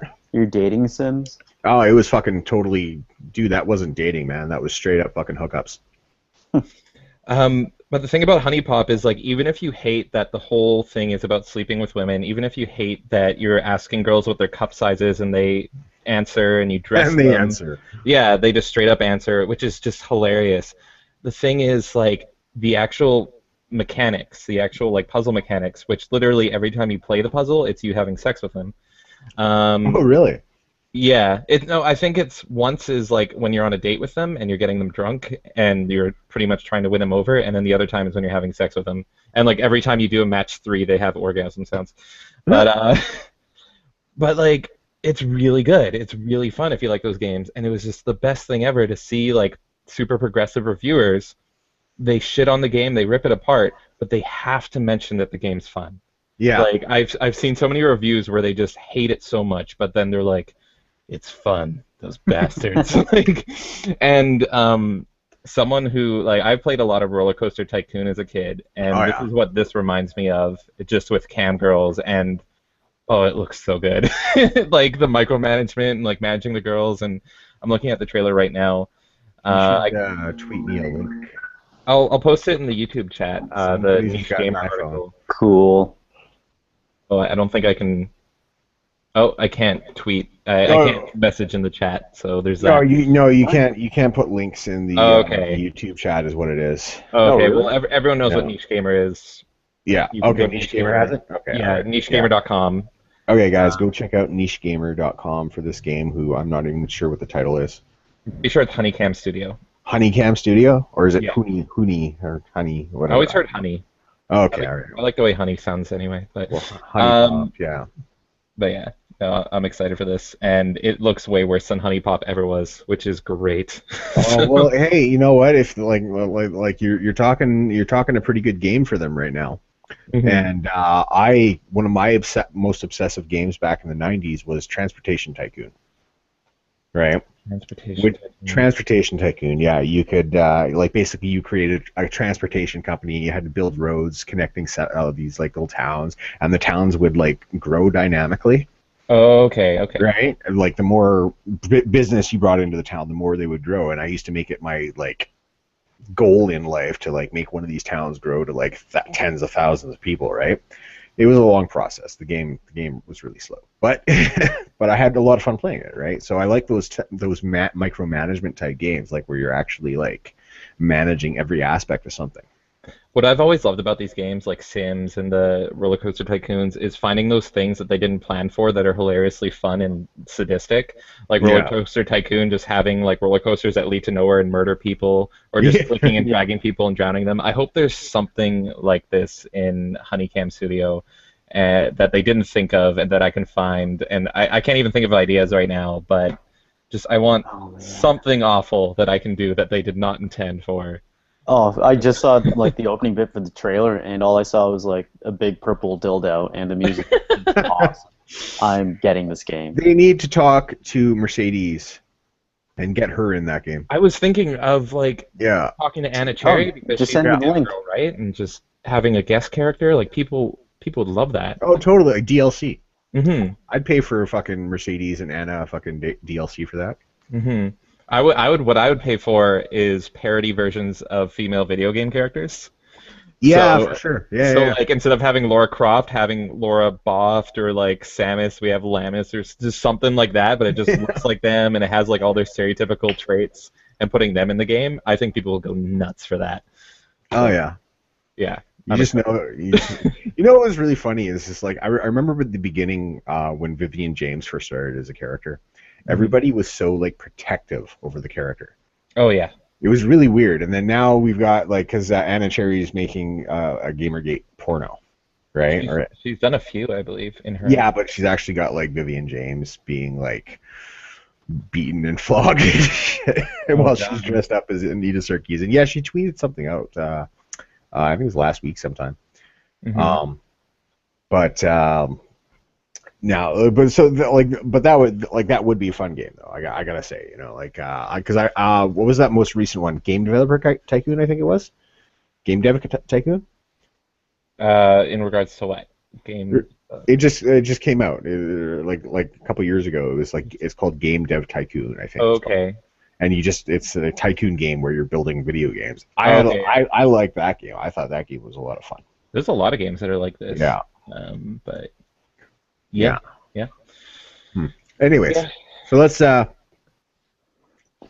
carry on now. What were we talking about before we got sidetracked?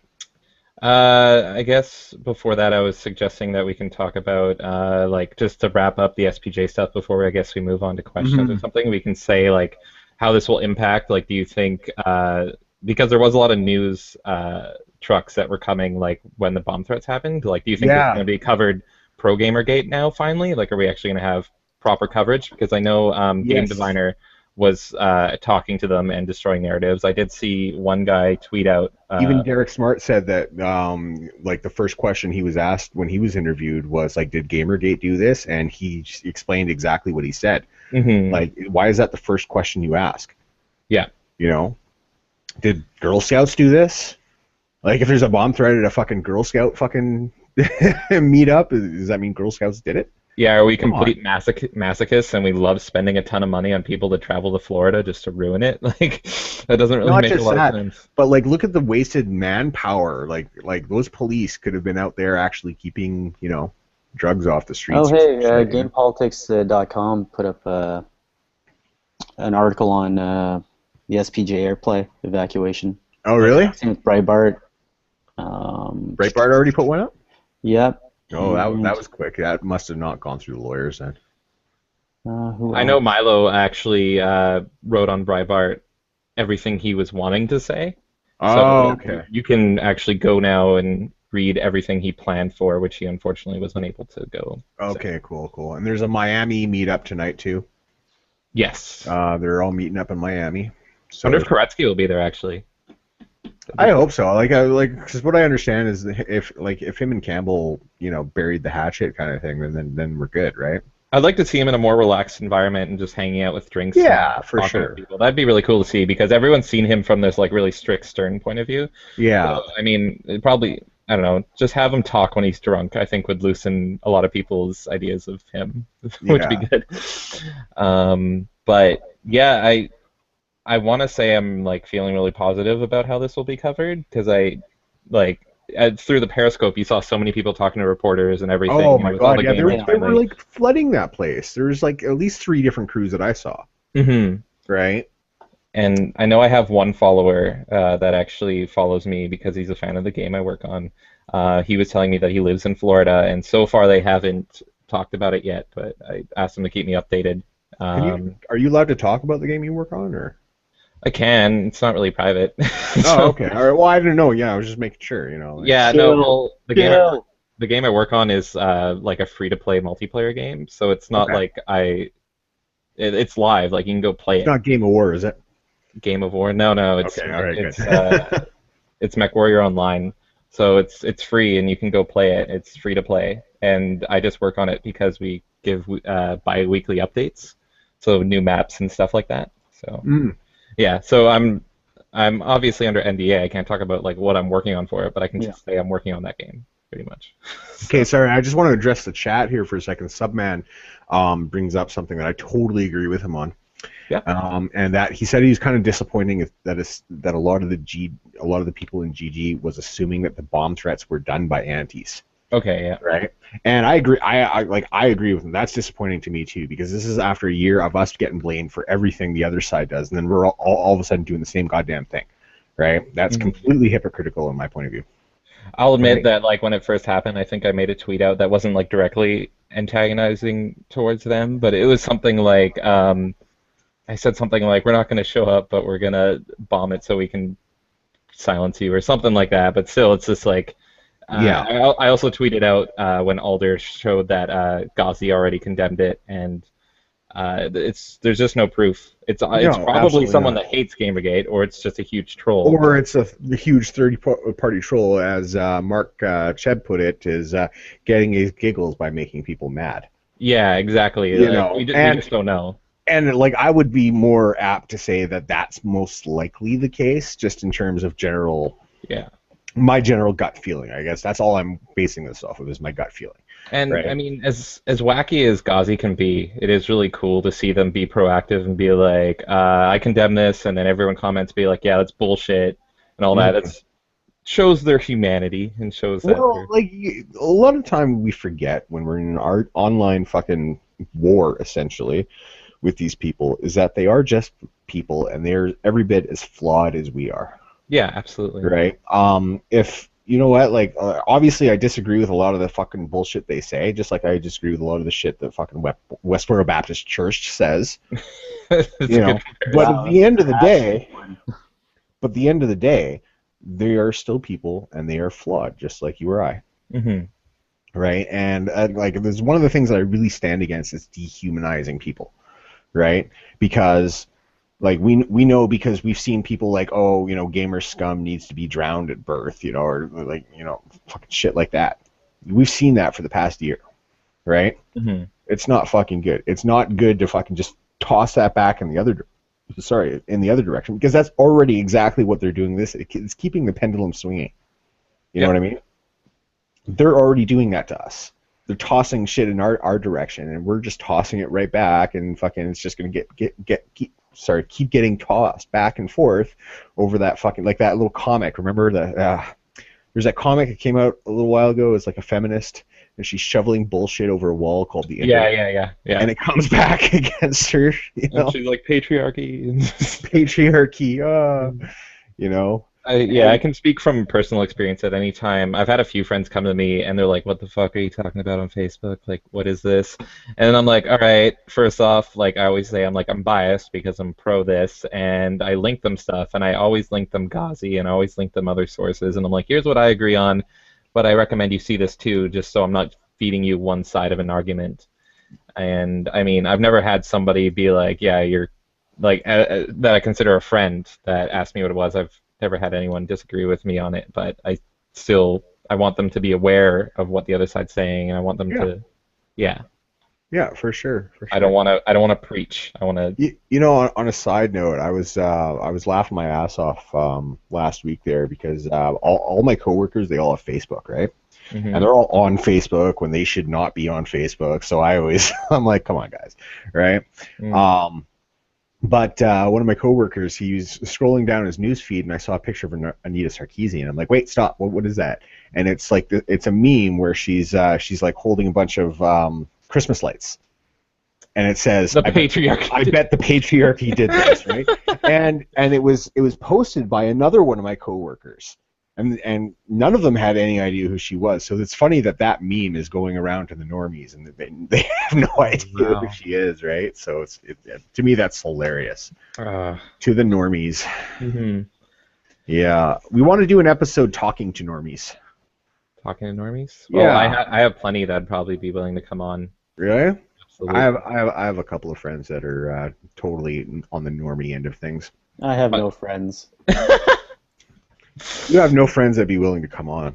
Oh yeah, pretty much. Yeah. I mean, even my girlfriend's pretty normal on it, even though she's hearing this all. She's familiar with it, right? Yeah. Yeah. See, I'd like to get somebody who has no idea. No idea, right? Oh, I've got a few. And then just feed them quotes from some of the shit going on and see which one they like more. We'll play a game. Is it Hitler or a games journalist? I saw that Sargon played that game where it's like, is it SJW or Stormfang? Stormfront or SJW? Yeah. Oh yeah. Actually, I got an article coming out on Black Trident Media in a couple days here that pretty much says shoves a big fucking middle finger at Stormfront. So oh, that's awesome. We'll see how that goes. Mm-hmm. But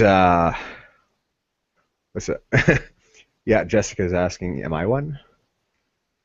What's that? Am I one? What, a normie? Oh yeah, I think remember Stormfront? Oh, what, a storm? Oh, it's Stormfront. Oh, she doesn't listen that much. It's okay. Oh yeah, she tunes me out. So.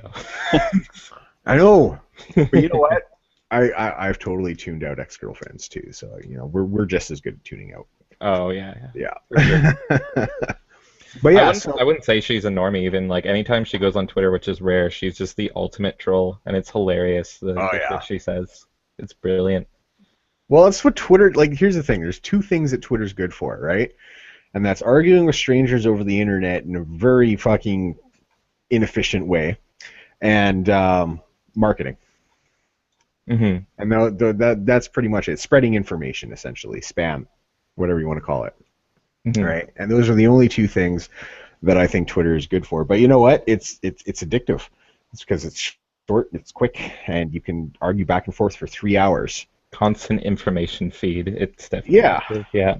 Especially if you use TweetDeck, where I've got like 6 columns open. Oh God. Yeah. And one of them's empty, so I'm just getting rid of that one. Okay. Oh, Aaron Joni, what's going on? Aaron Joni, there's got to be a punny. Okay, never mind, forget it. He's sharing rom-com ideas on Twitter. He's got an idea for a romantic comedy. Oh. Yeah. Sounds interesting. But yeah, so like the direction of like Gamergate going forward, I think like overall it's not going to change that much. There's still going to be shit posters. There's nothing you can do to get rid of the shit posters. I don't think there's anything you should do to get rid of the shit posters. Mm-hmm. I think that's just one of those like swords edge kind of things that, even if you don't like it, just fucking deal with it. Whatever, Hmm. man. People are letting off steam a lot of the time, and a lot, and I think a lot of our quote unquote harassment is just people letting off steam. You know? Yeah, I agree, and I think it's in a positive way as well. Like a lot Yeah. of us don't just like get We, angry and we rage. yeah, we don't say that these people need to be gassed. You know? Yeah, That's unlike one thing some I have people. noticed, that we don't do that when we vent. Hmm. You know? Can't be said for everyone. Can't be said for everybody. I forgot about that guy. Oh yeah, Yeah. Gamergate needs to be gassed. Or fucking or the other guy who he thought it'd be funny to play like poke the dead body of white men who hung themselves or some shit like that. I And know this guy, Arthur too said something like, "I wish I could like grab the walk hands arm in of one." arm, Yeah, yeah, and walk off of a cliff, yeah, it's, of my entire gender. it's Like, like, all right, you go okay, first. like Follow. it's funny because I absolutely hate, like, I despise the term mangina. Yeah. I think it is the most like childish fucking thing you can call somebody. It's just like, come on, what point are you making with that, right? I don't mind the term white knight because I actually have come across this, Oh yeah. but but I would totally call Arthur Chu a mangina. Just It's saying, it's just so pathetic. I just just saying. all those guys that like just pander and try so hard. Airport slaw, you know what I mean? It's There's some goony beard man yeah, hoping a rainbow-haired she twink will let him come in her. Yeah. yeah. Oh shit! Did I just say that on stream? Okay. All right. You get a free pass, Ro. You Thank can you. say anything you want for the next 10 minutes. Yeah. Oh, really? Really? Am I no longer oppressed? Because I'll just go off. It'll um. be very You know messy. what? We're gonna keep oppressing you for a little bit while because Oh, I know what you can. This guy is in the Navy, man. He can fucking or was or whatever. He can swear. He can definitely yeah. swear. Oh no, I'll say stuff without swearing, but Well, no, he doesn't need. You don't need to swear. It's how you describe things that is like epically. What is the dirt squirt? yeah. Oh Well, I no. can go into Oh no, this conversation again. We got yeah, to I'll, get I'll really talk about dirty. blue noodles all day. But anyways, going back to that, like, Yeah. what I want to find out is like, what happens after this? Now that someone from NBC was, well, what's her fucking name? Well, she's gonna write a story about it. Well, Obviously, yeah. they got a bomb threat. Well, that's the thing, and obviously there were media outlets from Miami there, right? Now, And not just Miami. It was the Society of Professional Journalists. It was like the number exactly. one And now, what stupidest direction is this going to place. take, though, right? What Yeah, direction is it going to go? yeah, Because they're gonna have to try and find out like where to place the blame for this. absolutely. And you know what and you know what the scary thought is? And I thought about this earlier, is that I hate and this is no way a suggestion that the person behind this bomb threat was Gamergate, but it definitely does work to our benefit, right? Mhm. However, We it can hope. worked. What's that? Well, we can hope that it'll work to our benefit Yeah, because I mean they we can be don't so know. ignorant. Well, it might work to our benefit. I'll put it that way instead, right? And it did give me the very uncomfortable thought that what if it was one of us behind that, right? I've thought that before Yeah, with previous ones that it's like, what if somebody thinks he's supporting us by doing that? And I yeah. don't know. And in which case, absolutely, if he's ever outed and if we ever discover who it is, I'll be one of the fucking first people in line to condemn that fucking shit. Yeah, I do not absolutely. stand by that. That's I'd fucking bullshit. I'd make one comment denouncing him and then never talk about him again because Oh that will fuck. defeat it. So, No, that's a stupid fucking way to go about this, right? Like, and plus, the thing is that we were just getting to the point in that second half where things were starting to chill out and people were actually saying like reasonable and smart things again. we're actually getting somewhere We instead were of Well, the just getting first having somewhere. hour like that was just a constant going show. fights. Yeah, it was a lot of fucking back and forth and interruptions and fucking, this is not what we're about and fucking, and Koretsky taking the wind out of fucking Milo. Milo Sales, you know, Hmm. I and mean, and furries being explained to Christina Hoff-Summers. That was the best. yeah, Anyways, yeah. well, most of it's just like I'm really curious like what direction the media is going to come at this from because if they try and go against all the other narratives that have already been established about Gamergate, uh, basically toward like supporting the antis. Like Hmm. how are they gonna like try and save their own face, right? It's Well, gonna come down to their own reputations. Because if this stuff just comes out and it was already known like previously, yeah. Well, we've known from the beginning that we're not a hate movement. we have, but that's Yeah, not how we've been portrayed, right? exactly. But yeah, the way I looked at it is that the fucking the KKK, they know that they're a hate movement. They admit to being racist. It's a They're just not badge ashamed of of it. honor, pretty much. Yeah, they're just not ashamed of it, right? Yeah. Whereas we're like, no, we're not a hate movement, Yeah. you know. Um, but we're also not ashamed of our views. But we're very clear, like, no, we're not racist. And I hate that saying that I'm not racist makes you appear more racist. That's the stupidest fucking thing. Well, I mean, we have proof that we're not racist or sexist because, I mean, most of the people, a lot of them, As I'd a say, as a as a community, we're not, but there are yeah. definitely individuals who are. Oh, I can't be racist because I'm brown. Yeah, Fuckers. yeah, yeah. Yeah. See, White cis scum. But I mean, most of the people I follow in Gamergate are probably women, probably a slight majority. So it's like, well, I mean, how could I follow them if I was sex? I don't know. We've discussed this so much, like over the Yeah. past nearly year. So I'm yeah, just hoping that this finally brings truth to it, and finally we have more people that are, at the front of it. Like I know NBC is probably going to Yeah. say something, and just more actual televised reporters I'm talking actually about curious us in a about different what the light. Young Turks are gonna say if they actually report on this. I want to see that. I don't know Mm. why. I don't watch them a lot. I pretty much only hear about them from Sargon. Have they commented on Gamergate before? Oh yeah. Yeah? Yeah. Okay. see, the problem I had is like from the beginning, I honestly didn't care if mainstream media did want to cover us. I wasn't that like, oh my god, I want attention. Gamergate needs attention from mainstream sources. I didn't care. Okay, to me, it was just at that level, it was just an internet argument, Hmm. right? But then when what was it, the Wall Street Journal, I think it was, came out with the Anita Sarkeesian bomb threat by Gamergate, fucking bullshit. Then Yeah. I was like, wait a second, no, no, no, no, no. There's no proof that that was us. We honestly like Gamergate is an amorphous movement. We're operating under a hashtag essentially, right? Hmm. I don't even like to call it a movement, honestly. I like to call it a subculture, right? But even then, there are names that we recognize. We see Twitter handles fly by, and to the person on the outside looking in, it's all a mess. But like for instance, most people know who I'm talking about when I say Margaret Gell, Hmm. right? Or Deadwing Duck. Yeah.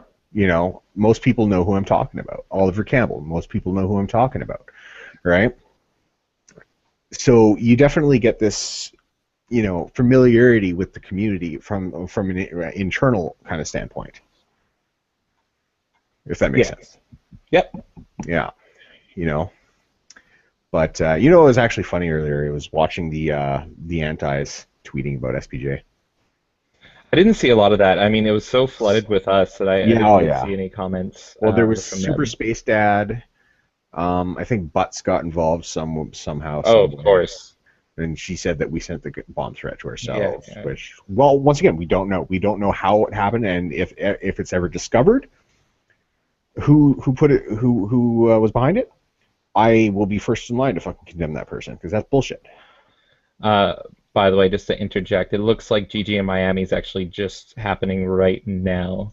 Oh, So if really? anyone, Okay. if anyone wants to check out hashtag GG in Miami, you can see all the people from earlier hanging out, and hopefully they won't get any more bomb threats. So Hopefully. yeah. Actually, I think they're supposed to be having a stream from the event too, so I want to check that out after ours. Which Mhm. is brings me to the next point. We're gonna try cutting this off before 5 o'clock. Okay. Because Well, I think Jamie needs to go somewhere, and I think I I'm have a. 2 birthdays to go to, Okay, yeah, yeah, and I'm yeah. so tired already. Oh God, enjoy that. And then Ro and I want to have some ribs, so Very jealous. Yeah. ribs. Yeah. Cool. Do you guys want to do the shilling? Should we do that every episode? I don't know if we've Yeah, already let's do some decided. shilling. Let's do some shilling. You I know other can, ones like shill every single time, so yeah, shill the game you're working on there, Jamie. Shill that. I guess I don't like directly tying myself to my Oh, game. okay. Well, that's fair. That's fair. If you don't want to, that's fine. I mean, some people follow me because it is my real name and stuff, and Hmm. they just find me, and I'm like, oh God, I hope you're cool, and so luckily they'll have. But I mean, yeah, if you guys like robots fighting robots, you can go play MechWarrior Online. It's free to play. You just download it. It's I mean, I'm I, super biased, but it's not. There's not really a game like it. The I, game probably to compare it to the most would be World of Tanks because it's very slow moving. You got to customize your mech in the same way. You have to have the right amount of weapons and heat sinks and engines. So how close is it to MechWarrior 2? MechWarrior 2. I never played Mech. Wait. Oh no, I did play MechWarrior 2. That Is it was the the same one. company? Like, No, no, no, no. okay. This is our first time working on a MechWarrior game, and it's been Oh, okay. gone for a while. So it's got like the same kind of first-person shootery mechanics, but it moves like a tank. That's why I compare it to a modern World of Tanks. It's the big difference is that it's free to play, so that there's microtransactions in it, as you can imagine. So, um, yeah, yeah. That's if Okay. you want to try it. If you like robots, there's not really a game like it, so I All would right. go recommend it. And then, yeah, that's And pretty then much it. If you want to how, follow me on, sorry. I was just about to ask how would somebody follow you on Twitter? Okay, we're on the same mindset. We're on So the same my Twitter page. handle is at Korig, so Korig, and then if I want to like do the triple shill, there's also a link to my Twitch channel, which I occasionally stream on. So What do you there what do you you go. what do you stream? I haven't streamed in like a month because I've been super busy, but I'm hoping to get back into it soon. So I've just been streaming whatever I feel like. My favorite thing I streamed actually was I think it was called the Dev Story because I had no idea what the game was going to be like, and it was just a free game on Steam. So I'm like, let's try this. And I had a few Okay. people in the chat, and then it got a little borderline hentai, and I was just like super uncomfortable playing it. So Uh-oh, that's I better stop this. well, I didn't know how far I'd go, so it's like, let's see how far this rabbit hole will go. It's just yeah, it gets funny. So yeah, All that's pretty much right. All right, all right. So I guess me next here. My name is EJ Spurl. You can follow me on Twitter at either Black Trident TV or EJ Spurl. I run a blog called Black Trident Media. Are you seeing a theme yet? You know, it's that big logo that's on the screen. I actually have a tattoo of this too. So I mean, Oh, are you serious? oh Oh, yeah, right. Yeah, yeah, that's great. yeah, yeah. You've seen the tattoo, yeah. Yeah. I've had like this symbol has meant a lot to me throughout my life. I kind of came up with it when I was really into Greek mythology. So it's Mm. actually Poseidon's trident, but Oh, cool. it's kind of stylized a little bit more. It's got kind of like a blade kind of activity going on. Anyways, I'll get into what it actually means another time. Continuing on, yeah. So check out Black Trident Media. It is my blog. Well, it's not just my blog. There are other authors on it as well. Some of them are a little bit more controversial than I. That's pretty much all I can say about. Oh yeah, and if any of you are into fantasy or sci-fi, I am a published author, and I have posted the first couple of chapters of my first novel on Black Trident Media. It's called Children of the Halo. You can actually click at it right at the top of the fucking screen there. Children of the Halo. You can either purchase it or you can read the first couple chapters online for free, and I will be posting chapters over the next year, completing the whole book. I eventually will have the entire book up on the blog to read for free. Hmm, that's awesome. Yeah. All right. So, Ro. Oh, I don't have anything to shill. Not yet, anyway. If you will. Yeah, I know. Well, I'm busy. Well, I will as soon as I'm done this fucking job, and then Yeah. I can start putting out my shit. Yeah. But right now, you can follow me on Twitter at ROEVERM, so Rover M. Rover. And yeah, there's gonna be stuff to follow, like not anytime soon, probably like next year.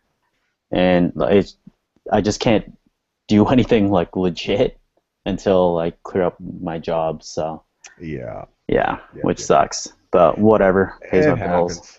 It happens. And And yeah, that's then about it. I'll okay. probably put more shit out when I can. And absent today was Aldershot. Unfortunately, he could not make it. He was absolutely exhausted today, so he could not make it. He toughed it out for the whole SPJ. SPJ, Yeah, he toughed it but out for SPJ, but he couldn't hack it. I think he was up all night.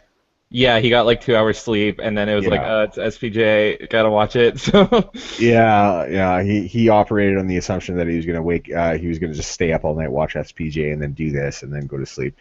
I work graveyard shifts. I do that schedule once a week, so I'm used to it. But I know how hard it is for people. So I bought energy drinks preparing myself I had because I knew I was gonna be exhausted. I had two nuclear corn syrups today too myself. So Nuclear corn syrup. What the fuck is that? Monster. Oh, okay. Oh, I thought that was like some weird hippie drink that you got out in the Fernhood there. Fernwood. Yep. Oh, somebody asked us if there's gonna be another one of these in a week or two. Yeah, absolutely. Sorry, yeah, Dolor. Yeah. Stream punks, I do want to make into a regular thing. This one was more discussion oriented, so it was lots of back and forth and going off on tangents. I do want to have a much more structured, kind of almost like. Keep saying that, man. What's that? You keep saying that. I keep saying what? That you want to structure a bit more, but it always turns into a gong show. It does, but you know what? I'd rather come at it from the perspective that I want it structured and then have it turned into a gong show than start as a gong show. Gong shows are never unfun though. Gong shows are always great, so I don't care. This is true, especially if it's an entertaining gong show, Hmm. Yeah. So so that's the idea. So I do want to have another Stream Punks in the near future, and actually, Dolor, I think you're very local to me too. Yeah. You should meet up with the local crowd. Because I think a lot of the GG people in Victoria now kind of like all know each other in person, so we're kind of starting to hang out. That's super cool. I'm Isn't not. that's pretty cool. Well, you've known me since before GG, so I mean, I'm antisocial as shit. yeah, yeah. He's always the one calling me to come out, so that's how antisocial he is. Oh, yeah. All right. Okay, so beyond that, guys, we're gonna cut this stream down, and in a couple of weeks, maybe what we'll say. Hold on, I'm just looking at the map here. August 29th? Yeah, we'll say the weekend of the 29th, 30th. It'll either be Saturday or Sunday. We will figure that out as people are available, because sometimes we're not available on Saturdays, sometimes we're not available on Sundays. And we want to get as many of the main crowd in here as possible. So that's basically me, Jamie, Rowe, and Aldershot. Mm-hmm. And then we want to start getting, bringing some outside guests. We did ask Lauren Southern to join us this weekend. Unfortunately, she was unable to get back to me. She said that she'd love to, but she did not get back from Edmonton in time, I believe, is what happened. She didn't actually get back to me, unfortunately. But so hopefully in the near future we'll be having her on a show. I am planning on asking a couple of the honey badgers to come on a show with us. That'd be great. So we're actually gonna start like expanding a little bit more and actually having think of like similar to the Drunken Peasants, except without an annoying TJ, because honestly I find TJ really annoying. I don't watch it, so I don't know. I'll just take your word for it. I watch like one podcast and that's it, because it's like 4 hours long. Oh yeah, they're all like a couple hours long, Yeah. right? But yeah, but they watch a lot of videos and they do commentary on these videos and stuff like that. That's kind of like the what I'd like to start doing, Mm-hmm. a little bit more if I can ever figure out how to do that with our screen sharing and shit. But we'll see. We'll see. Anyway, so we're gonna shut this down. It's 4:58 now. And I think that's it. So say your goodbyes, guys. Thanks everybody for watching. You're awesome. I need a nap, but I don't have any time for it, so I don't know what I'm gonna do. You're gonna go drinking, is what you're gonna do, and you're gonna be a fucking trooper, and you're gonna go. You're gonna Pretty do much. it. You're gonna do it. You're a trooper. You can do it.